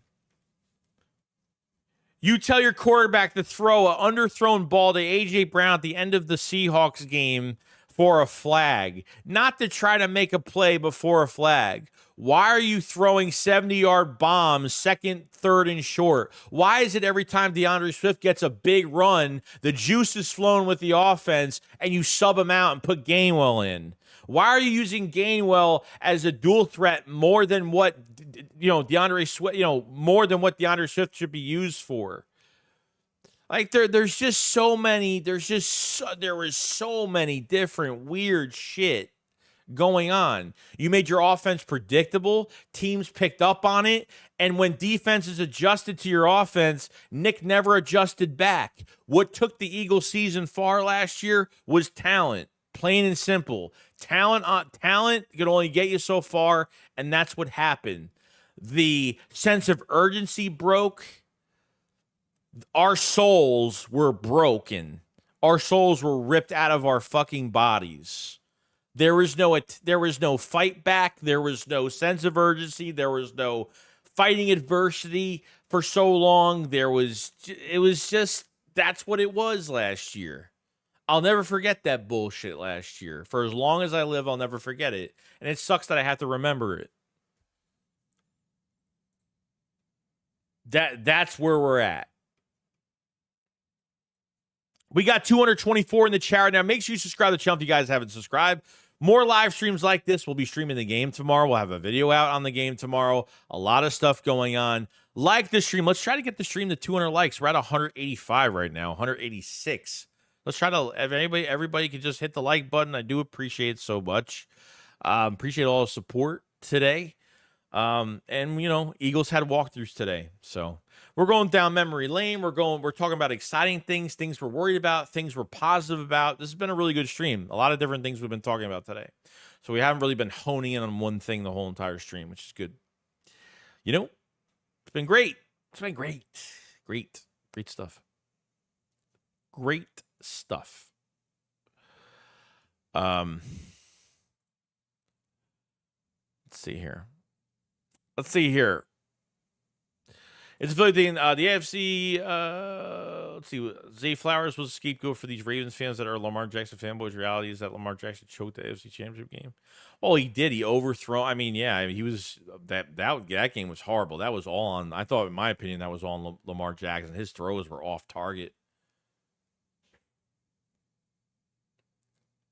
Who you sending on a corner blitz? I'd say Isaiah Rodgers or Quinyon Mitchell. They've already done with Quinyon Mitchell in the first game. And I think Isaiah Rodgers is, I got to say, dude, like, even watching those one-on-ones yesterday, because we play a little bit far back, but I got to say, dude, like, Quinyon Mitchell, we saw this at the Senior Bowl. Like, Quinyon Mitchell is one of the most, Quinyon Mitchell was such a physical corner. He is handsy, but, man, he loves getting his hands on you. He loves getting his hands on you. No doubt.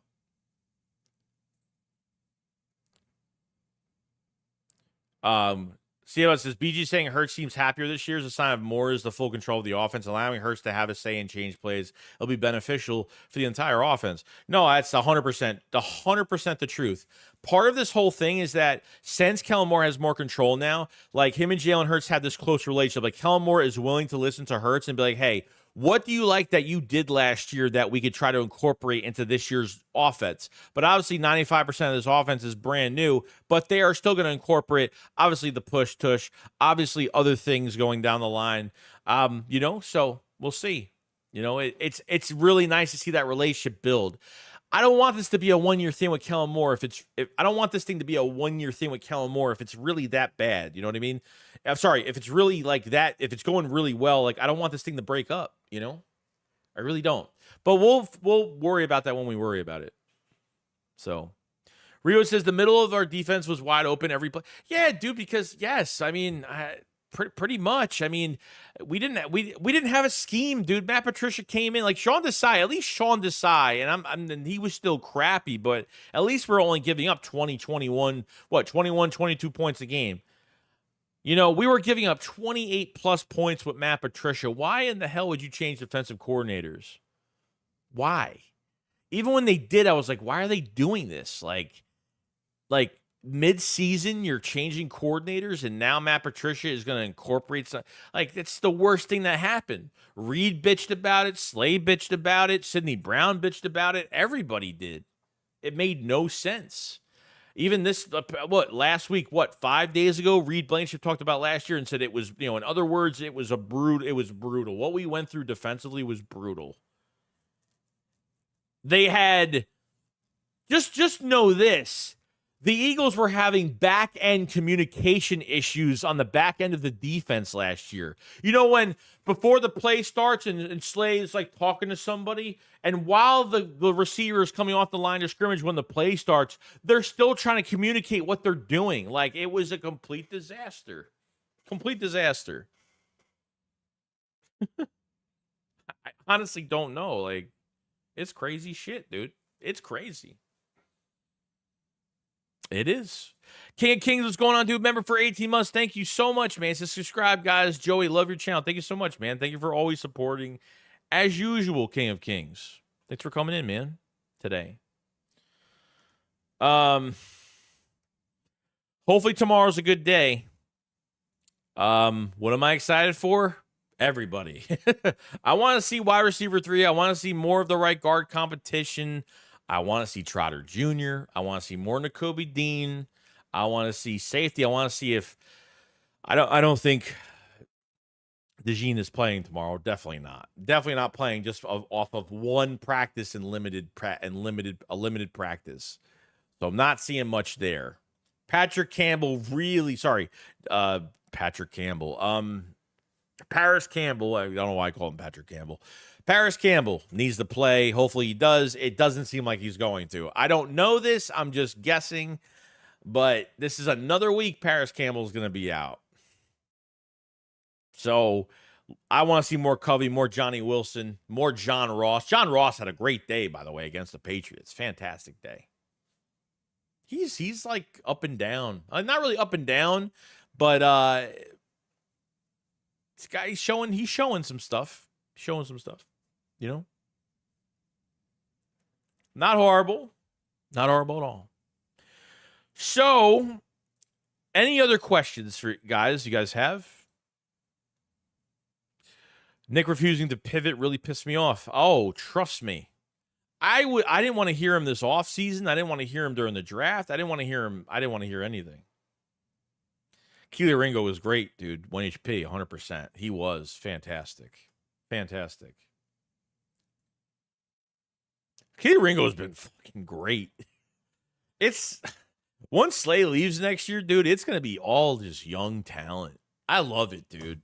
I love the youth movement in our defense, especially our secondary.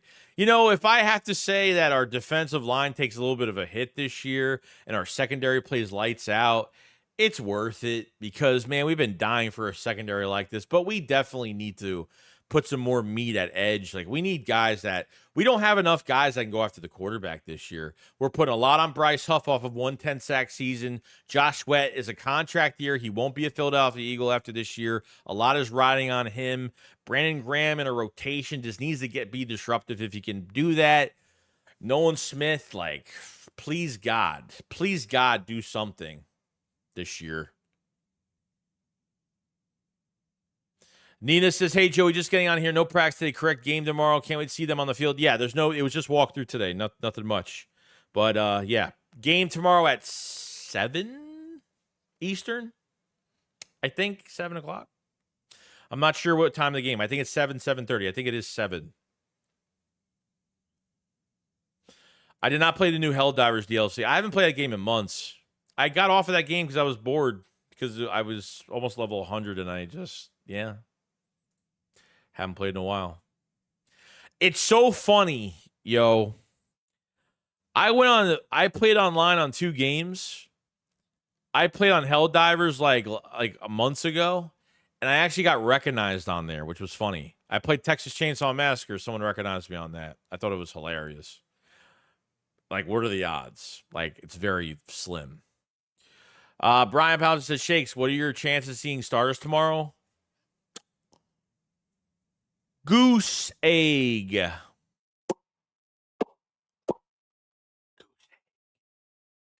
0.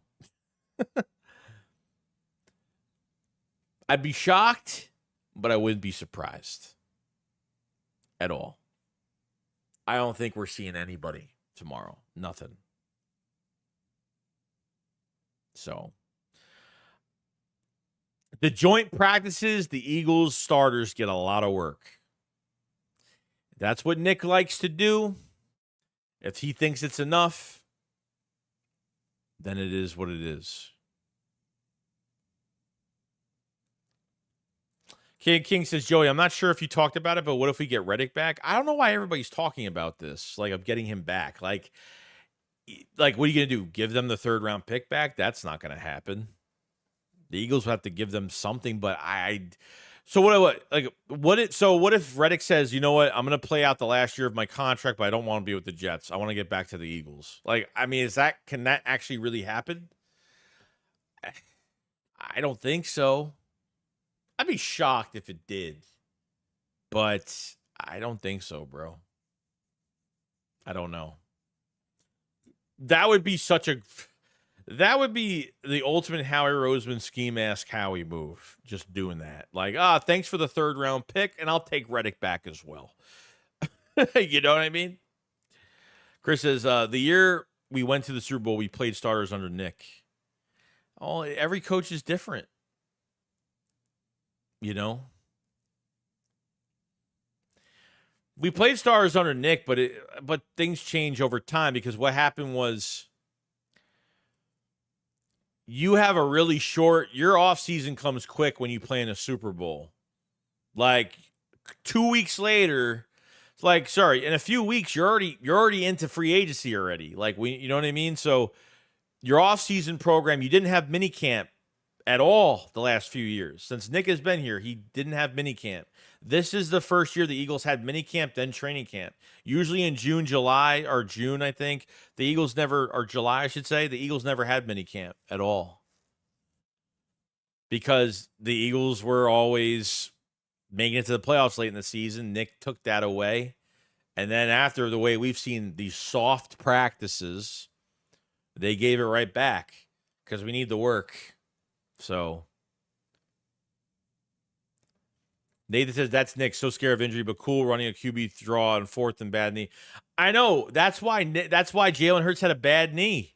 By the way, Jalen Hurts looks really quick, man. Looks really fast. It looks like we're seeing look at Jalen Hurts look at Jalen Hurts when he first got here. Seriously, look at his speed since he's been here.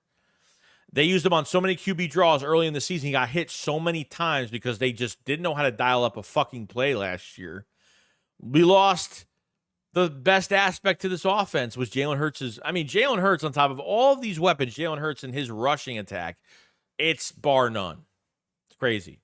Vince said they could theoretically cancel the trade since Reddick has never suited up for the Jets. Can they actually cancel it, though? Are they even allowed to do that? I don't know about that. Is that true? Dunn says, as much as I like Hassan Reddick, he's not coming back. Unfortunately, that ship has sailed. I think it has to. Philly Duncan, what's going on, man? He says that would mean we finessed both New York teams. Yeah, pretty much. Saquon Barkley from the Giants, and now you just took the best player on offense, their offense this year, and then taking away, another guy. To just though, it's a Shane Steichen has some of the best play calling even against the Cowboys, taking Micah Parsons out of the game, not even blocking him. Viz, if Reddick came back, it would be under terms of the trade getting canceled. Yeah, so they would have to give the pick back then. Okay, so I'm signing up to be a tight end. I'm 5'6", 120, and 48. Do you think I can make it? I don't know about that. Hand out some towels, hand out some water, wear one of those straps and sell some beers or, those little strap tables to your neck and walk around the crowds and sell some, cotton candy or something. I don't know. Hassan busy becoming the number one samurai.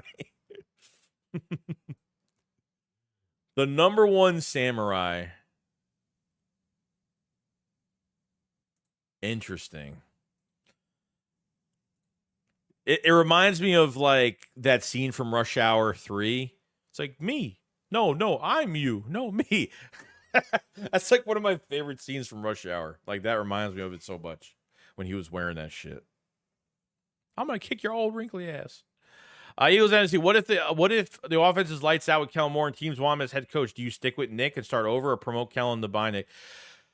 You can't fire Nick unless it really goes downhill. I think you demote Nick to assistant head coach.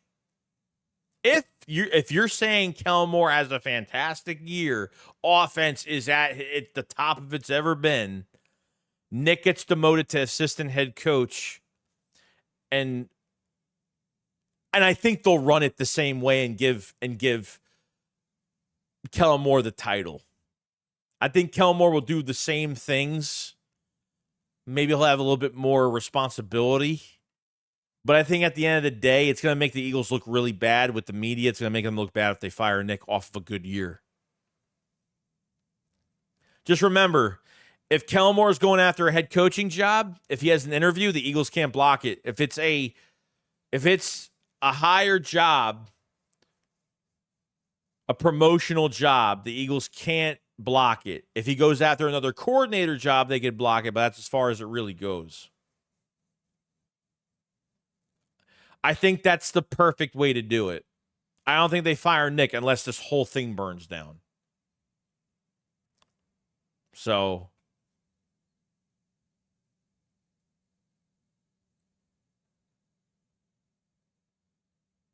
you add him to the front office and Kellen Moore to head coach. That's pretty much what you probably do.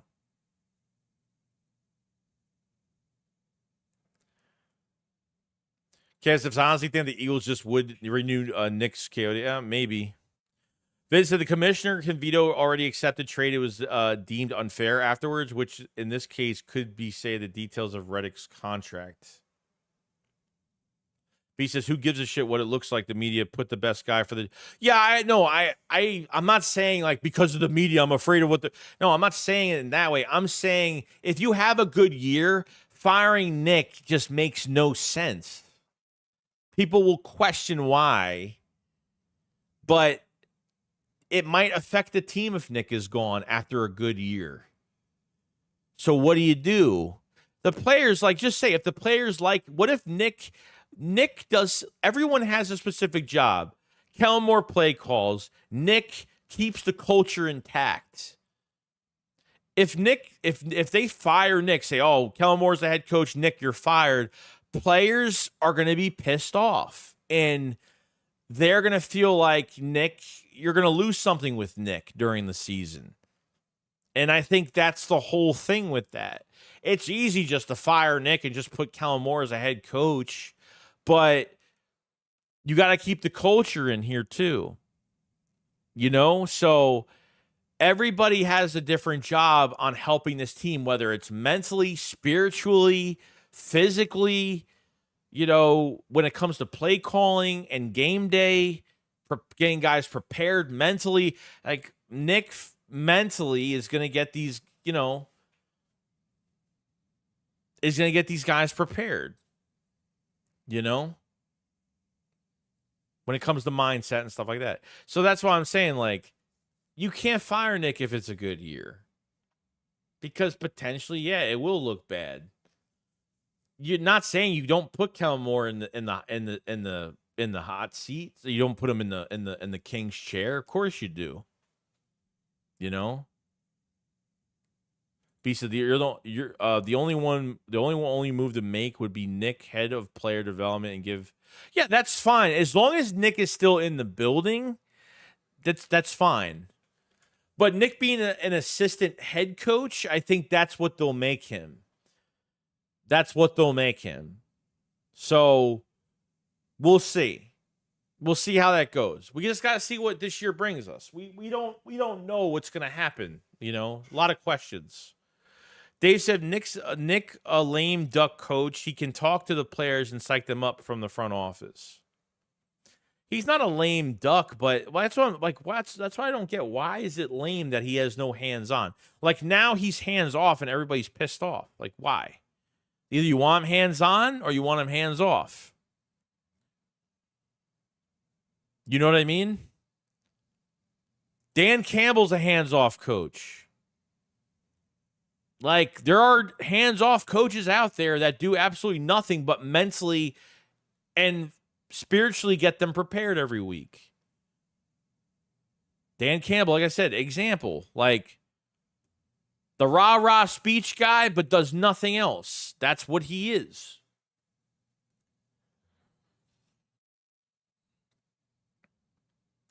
Give him some pom-poms and let him cheer. Tries his cheerleader coach is the best position for him.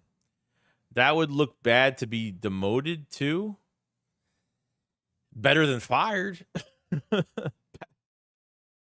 Better than fired. But they can't. They have to do something. Like, who knows? They might give Kellen Moore head coach salary and keep him as a coordinator. Like Jeff Stoutland. You don't think Jeff Stoutland is in Philadelphia making – what's Jeff Stoutland's contract in Philadelphia? As a head coach – sorry, as a run game coordinator technically / offensive line coach. Jeff Stoutland's getting paid a lot of money to stay in Philadelphia right now. You know that for a complete fact.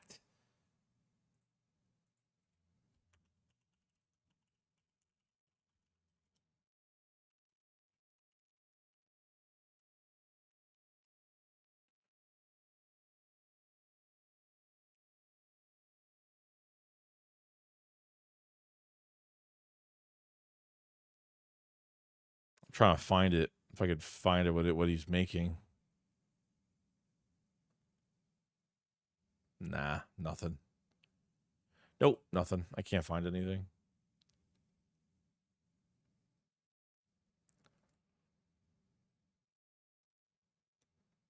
Remember, 7 million for Nick and hands off. Yeah, so we don't. Unless he's going to get a passive pay grade, a pay increase. Here, we'll pay you head coach type money if you stay as a coordinator. That's it. That's, we'll see. Josh says, say it again, Nick Chiriani, and it works for this team. Viz, you guys keep calling Nick a cheerleader, but he's the disciplination coach behind the scene. That's what I'm saying. That's what he is. He's the disciplinarian coach. That's what he is. Jeremy says John Harbaugh, hands-off coach, a lot of success. Yeah, I'm just saying, like, I'd rather be demoted than fired. You know? At least I'm demoted. There will be talk around the league, like, "Oh, why are they?" There'll be stupid fucking articles about it, like, "Oh, well, no shit, dude. Like, we need a head coach that keeps the play calling in house. Andy Reid keeps the play calling in house with KC. That's why any coordinator that's next to him, they're not in control. Nick never called plays with the Colts under Frank Reich. Frank Reich was the main play caller to the Indianapolis Colts. Main play caller. Nick didn't call plays in Indianapolis. Never fucking did.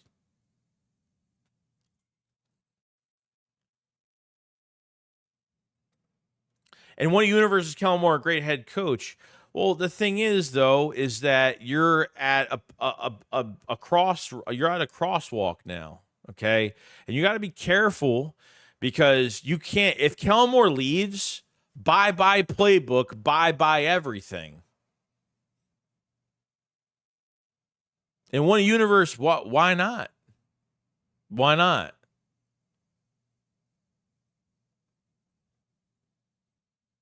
So we don't know what the players think. We'll find out when the time comes. We'll see what happens. You know? David Marcel with the super chat. Thank you so much for the super chat, my friend. Says, I was there yesterday. Hurts, Saquon, Smith, and Brown went off, and the whole defense went lights out. Covey and Ross showed up. Damn, dude, did you take video? Send me some damn video. I want to see some of this stuff. Well, that's good you were there, man.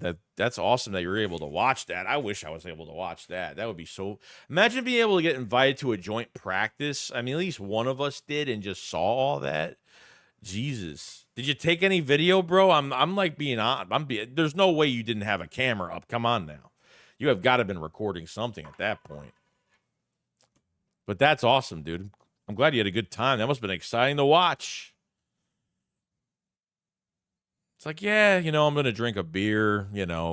Eagles are just beating up on the Patriots right now like it's nothing. Paws, hands all over. Well, he does. But Fangio is bad cop. I believe it. I think he is. David says, David Lewis says perennial winning teams have a head coach that's calling the plays themselves. Yeah, I get it, They could secretly, and like I said, they could secretly keep Kellen Moore as a coordinator next year, but give him more money. Give him a bigger salary. Money talks, bro. Jeff Stoutland, you think Jeff Stoutland's getting paid what he got paid in 2013 with Chip Kelly? He's making a lot of money right now. More than probably any offensive line coach in the league. Money talks. It talks. Vincent says, imagine if Ross won the wide receiver 3 and ended up reviving his career. Potentially could happen. I don't know. He's been pretty solid. Starter? Not sure about that. Paris Campbell needs to get his shit together and stop being, I know he's limited the other day. It really depends on Paris Campbell and where he's technically been the best receiver at camp. And I'm just saying strictly camp. Stallin's contract, 5 years, 35. His new contract? 5 years, $35 million. Holy shit. That's bro, that's a player playing for this team. Literally. Holy shit. So when did he sign the extension? Last offseason, right? Because remember, his contract was up, I think, last offseason. He came back last year. Holy shit. I couldn't even find that, Chris. Remember for 11 months. Thank you so much, Chris. Holy shit. I mean, he deserves it. I mean, fuck. What am I going to say about that? I'm going to say, that's too much. Yeah. That's what I'm saying, dude. Money like that just to coach the offensive line. He fucking goes home not even breaking a sweat, dude. He's sitting in a bathtub with fucking $100 bills, $100 bill toilet paper to wipe his ass, golden fucking toilet. Come on now.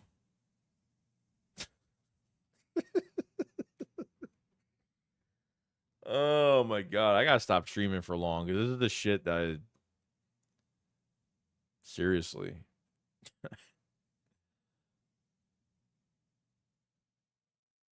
Carl says, Joey, a three wide receiver is going to be shared a role between Covey, Campbell, and Wilson. I don't believe Ross makes the team. Potentially, Ross might not make the team. We'll see. I think it could be shared, yes. I don't think you're going to have one guy at wide receiver 3, and that's your main guy. I think potentially, if Paris Campbell could make it, it would help that Covey and Johnny Wilson will be used in different ways. I agree 100% with that. Yeah.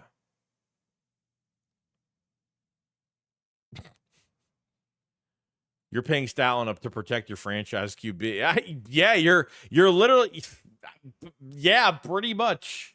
You're protecting Jalen Hurts. You know.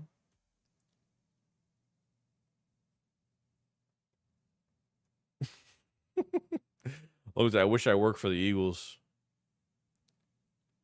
Eating a nice restaurant. They better have 3 understudies under him, Stalin you forever. Nate says stop when you want to. Big Fish Little Boots. I mean, think about it. How many millionaires have Stalin made? It's only right. Yeah, look, even backups are getting like backup offensive linemen are getting deals. Like Jack Driscoll got a deal with Miami. Sua Opeta got a deal and he's out. I think he got an ACL. Sua Opeta actually got an ACL injury. He's out for the year. He got a deal with Tampa. He's getting backups deals. The backups are getting deals. What am I pausing? What am I saying? I don't even know what I'm saying. I don't know what I'm saying. More.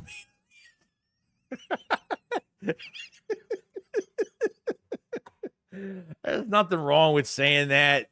What the fuck? There's nothing wrong with saying that.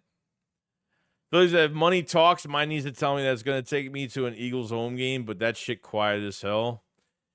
It's expensive, dude. You got to know people to get tickets. Like, I know people that get tickets. Sometimes I buy tickets. It's fucking expensive. You know, it's a lot, especially if you're far away. It's a lot. You got to drive. It's gas. And then if you're staying at a hotel the night before, or you're just going there and coming back, it's a lot in one day to do. It's a lot, and it's more money if you stay. You know, it's no joke. Wiggle One says we grown ass adults saying pause shit is so annoying. That's just what we do around here. I still can't get over the Falcons signing Cousins and drafting a 30-year-old peanut Penix. Yeah, dude, that was like Falcon fans are just like, huh? Yeah, because Kirk Cousins was nursing an injury in the offseason. It's just such a mess, dude. Back in 22 season, almost the entire O-line went to the Pro Bowl. It's crazy, bro. Every time I talk to a fan, like I talked to a Giants fan probably a week or two ago that I didn't even know, somebody that was working in the house for something.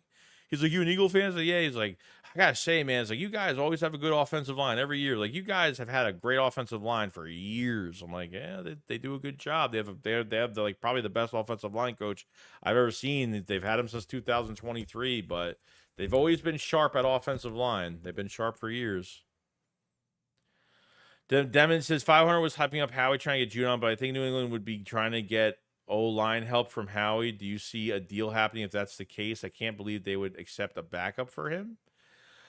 No, the Eagles aren't giving up anybody from the offensive line.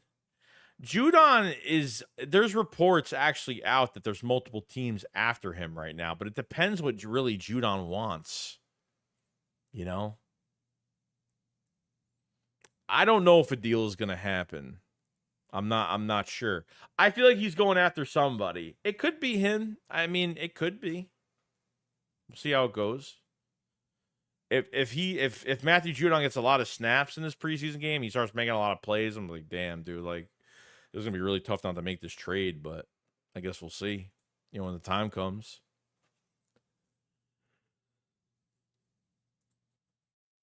I guess we'll find out.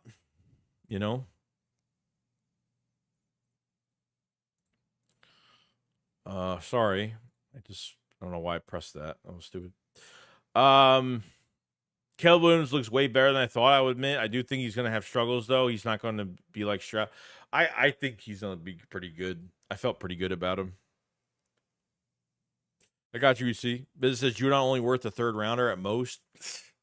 I don't even know if I'd give up that, dude.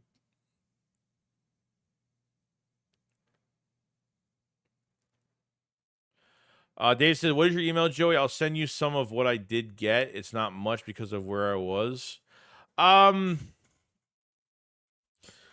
here.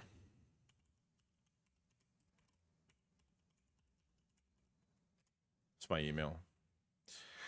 You can email me there. Just make sure to title it. I get a lot of emails, so make sure to title it that it's you. That's all. Appreciate it, Dave. It's all good. I'm about to say, I was like, if I was there seeing all that, that'd be hard not to. Bo Nix was my favorite QB in the draft for some reason in terms of pro readiness. Try says Caleb Williams going to lead the Bears to the playoffs. We'll see. That sucks for the Vikings, man. For JJ, bro, that sucks. That really sucks, man. He looks really good. I'd give a fifth for Judon. For his age, I don't know, man.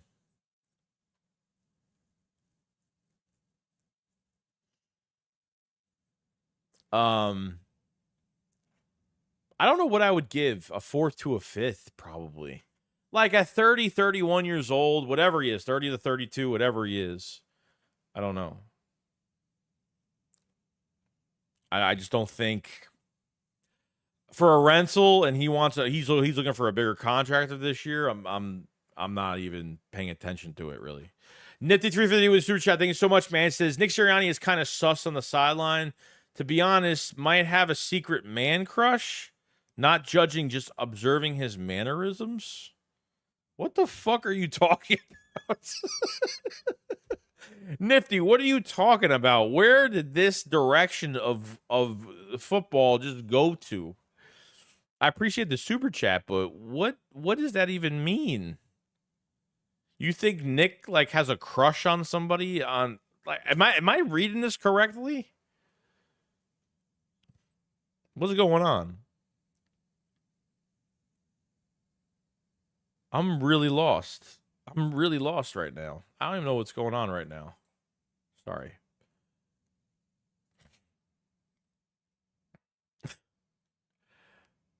Appreciate super chat. I mean, I don't know. He's just sitting there just crossing. I don't know. I don't see him looking at anybody. He's looking out in space, pissed off most of the time.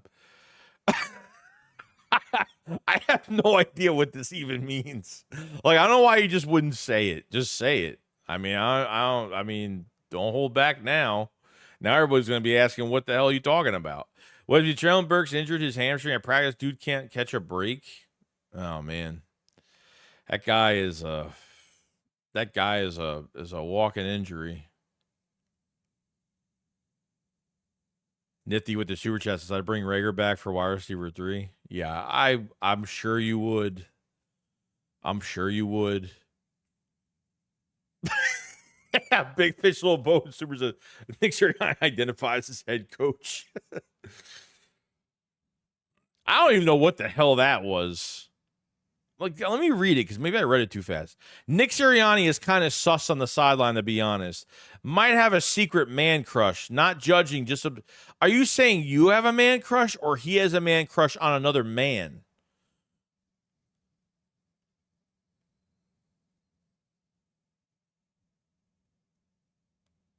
All right, yo, I'm gonna be out of here real soon. Like, it's gonna happen. Vince said, did you see they asked D-Hop if they are sleeping on Burks? And he said, no, that's no in German. Oh, boy.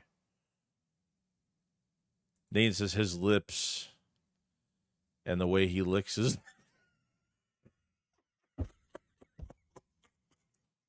What the fuck?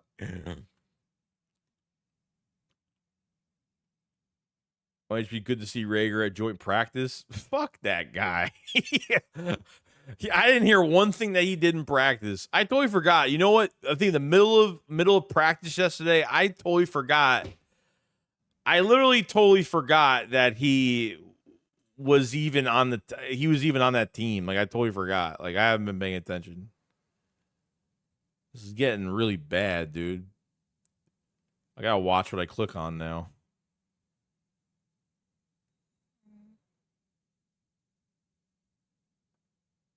If he's watching the coach, he has a man crush. Biz says, good to see Rager. Said nobody but the Vikings special teams coach. Vulgar Philly says, Mechie should be wide receiver 3. Try says, Rager is trash. That's true. All right. Well, since everything got real sexual, real quick, I don't know why. Nifty, we have to question your mannerisms before you questioning Nick's mannerisms. But I'm kidding though. But yeah, we have 184 in the chat. Make sure you subscribe to the channel. Like the stream if you guys haven't.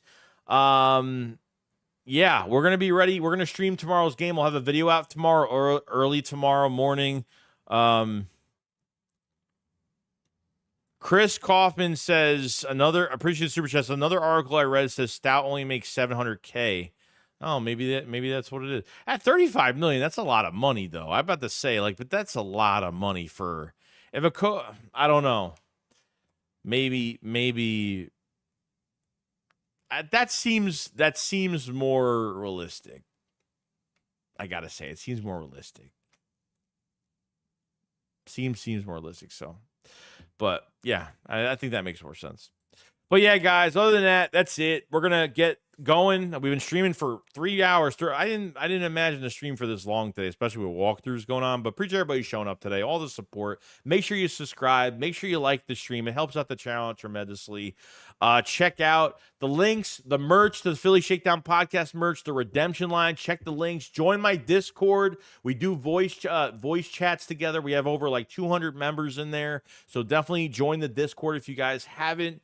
And we'll be back tomorrow with the stream. And we'll have a video out, but we'll be back tomorrow night with the stream, ready for our second preseason matchup, getting prepared for it. And guys, this video is sponsored by SeatGeek. Get $20 off your first order at SeatGeek. Tickets for any sporting event on me. Promo code Joey Shakes. Appreciate everybody. And I will see you guys on the next one. Thank you for making things entertaining and weird at the end. So, Shake Squad up, Floggles fly. Peace out, guys. Peace.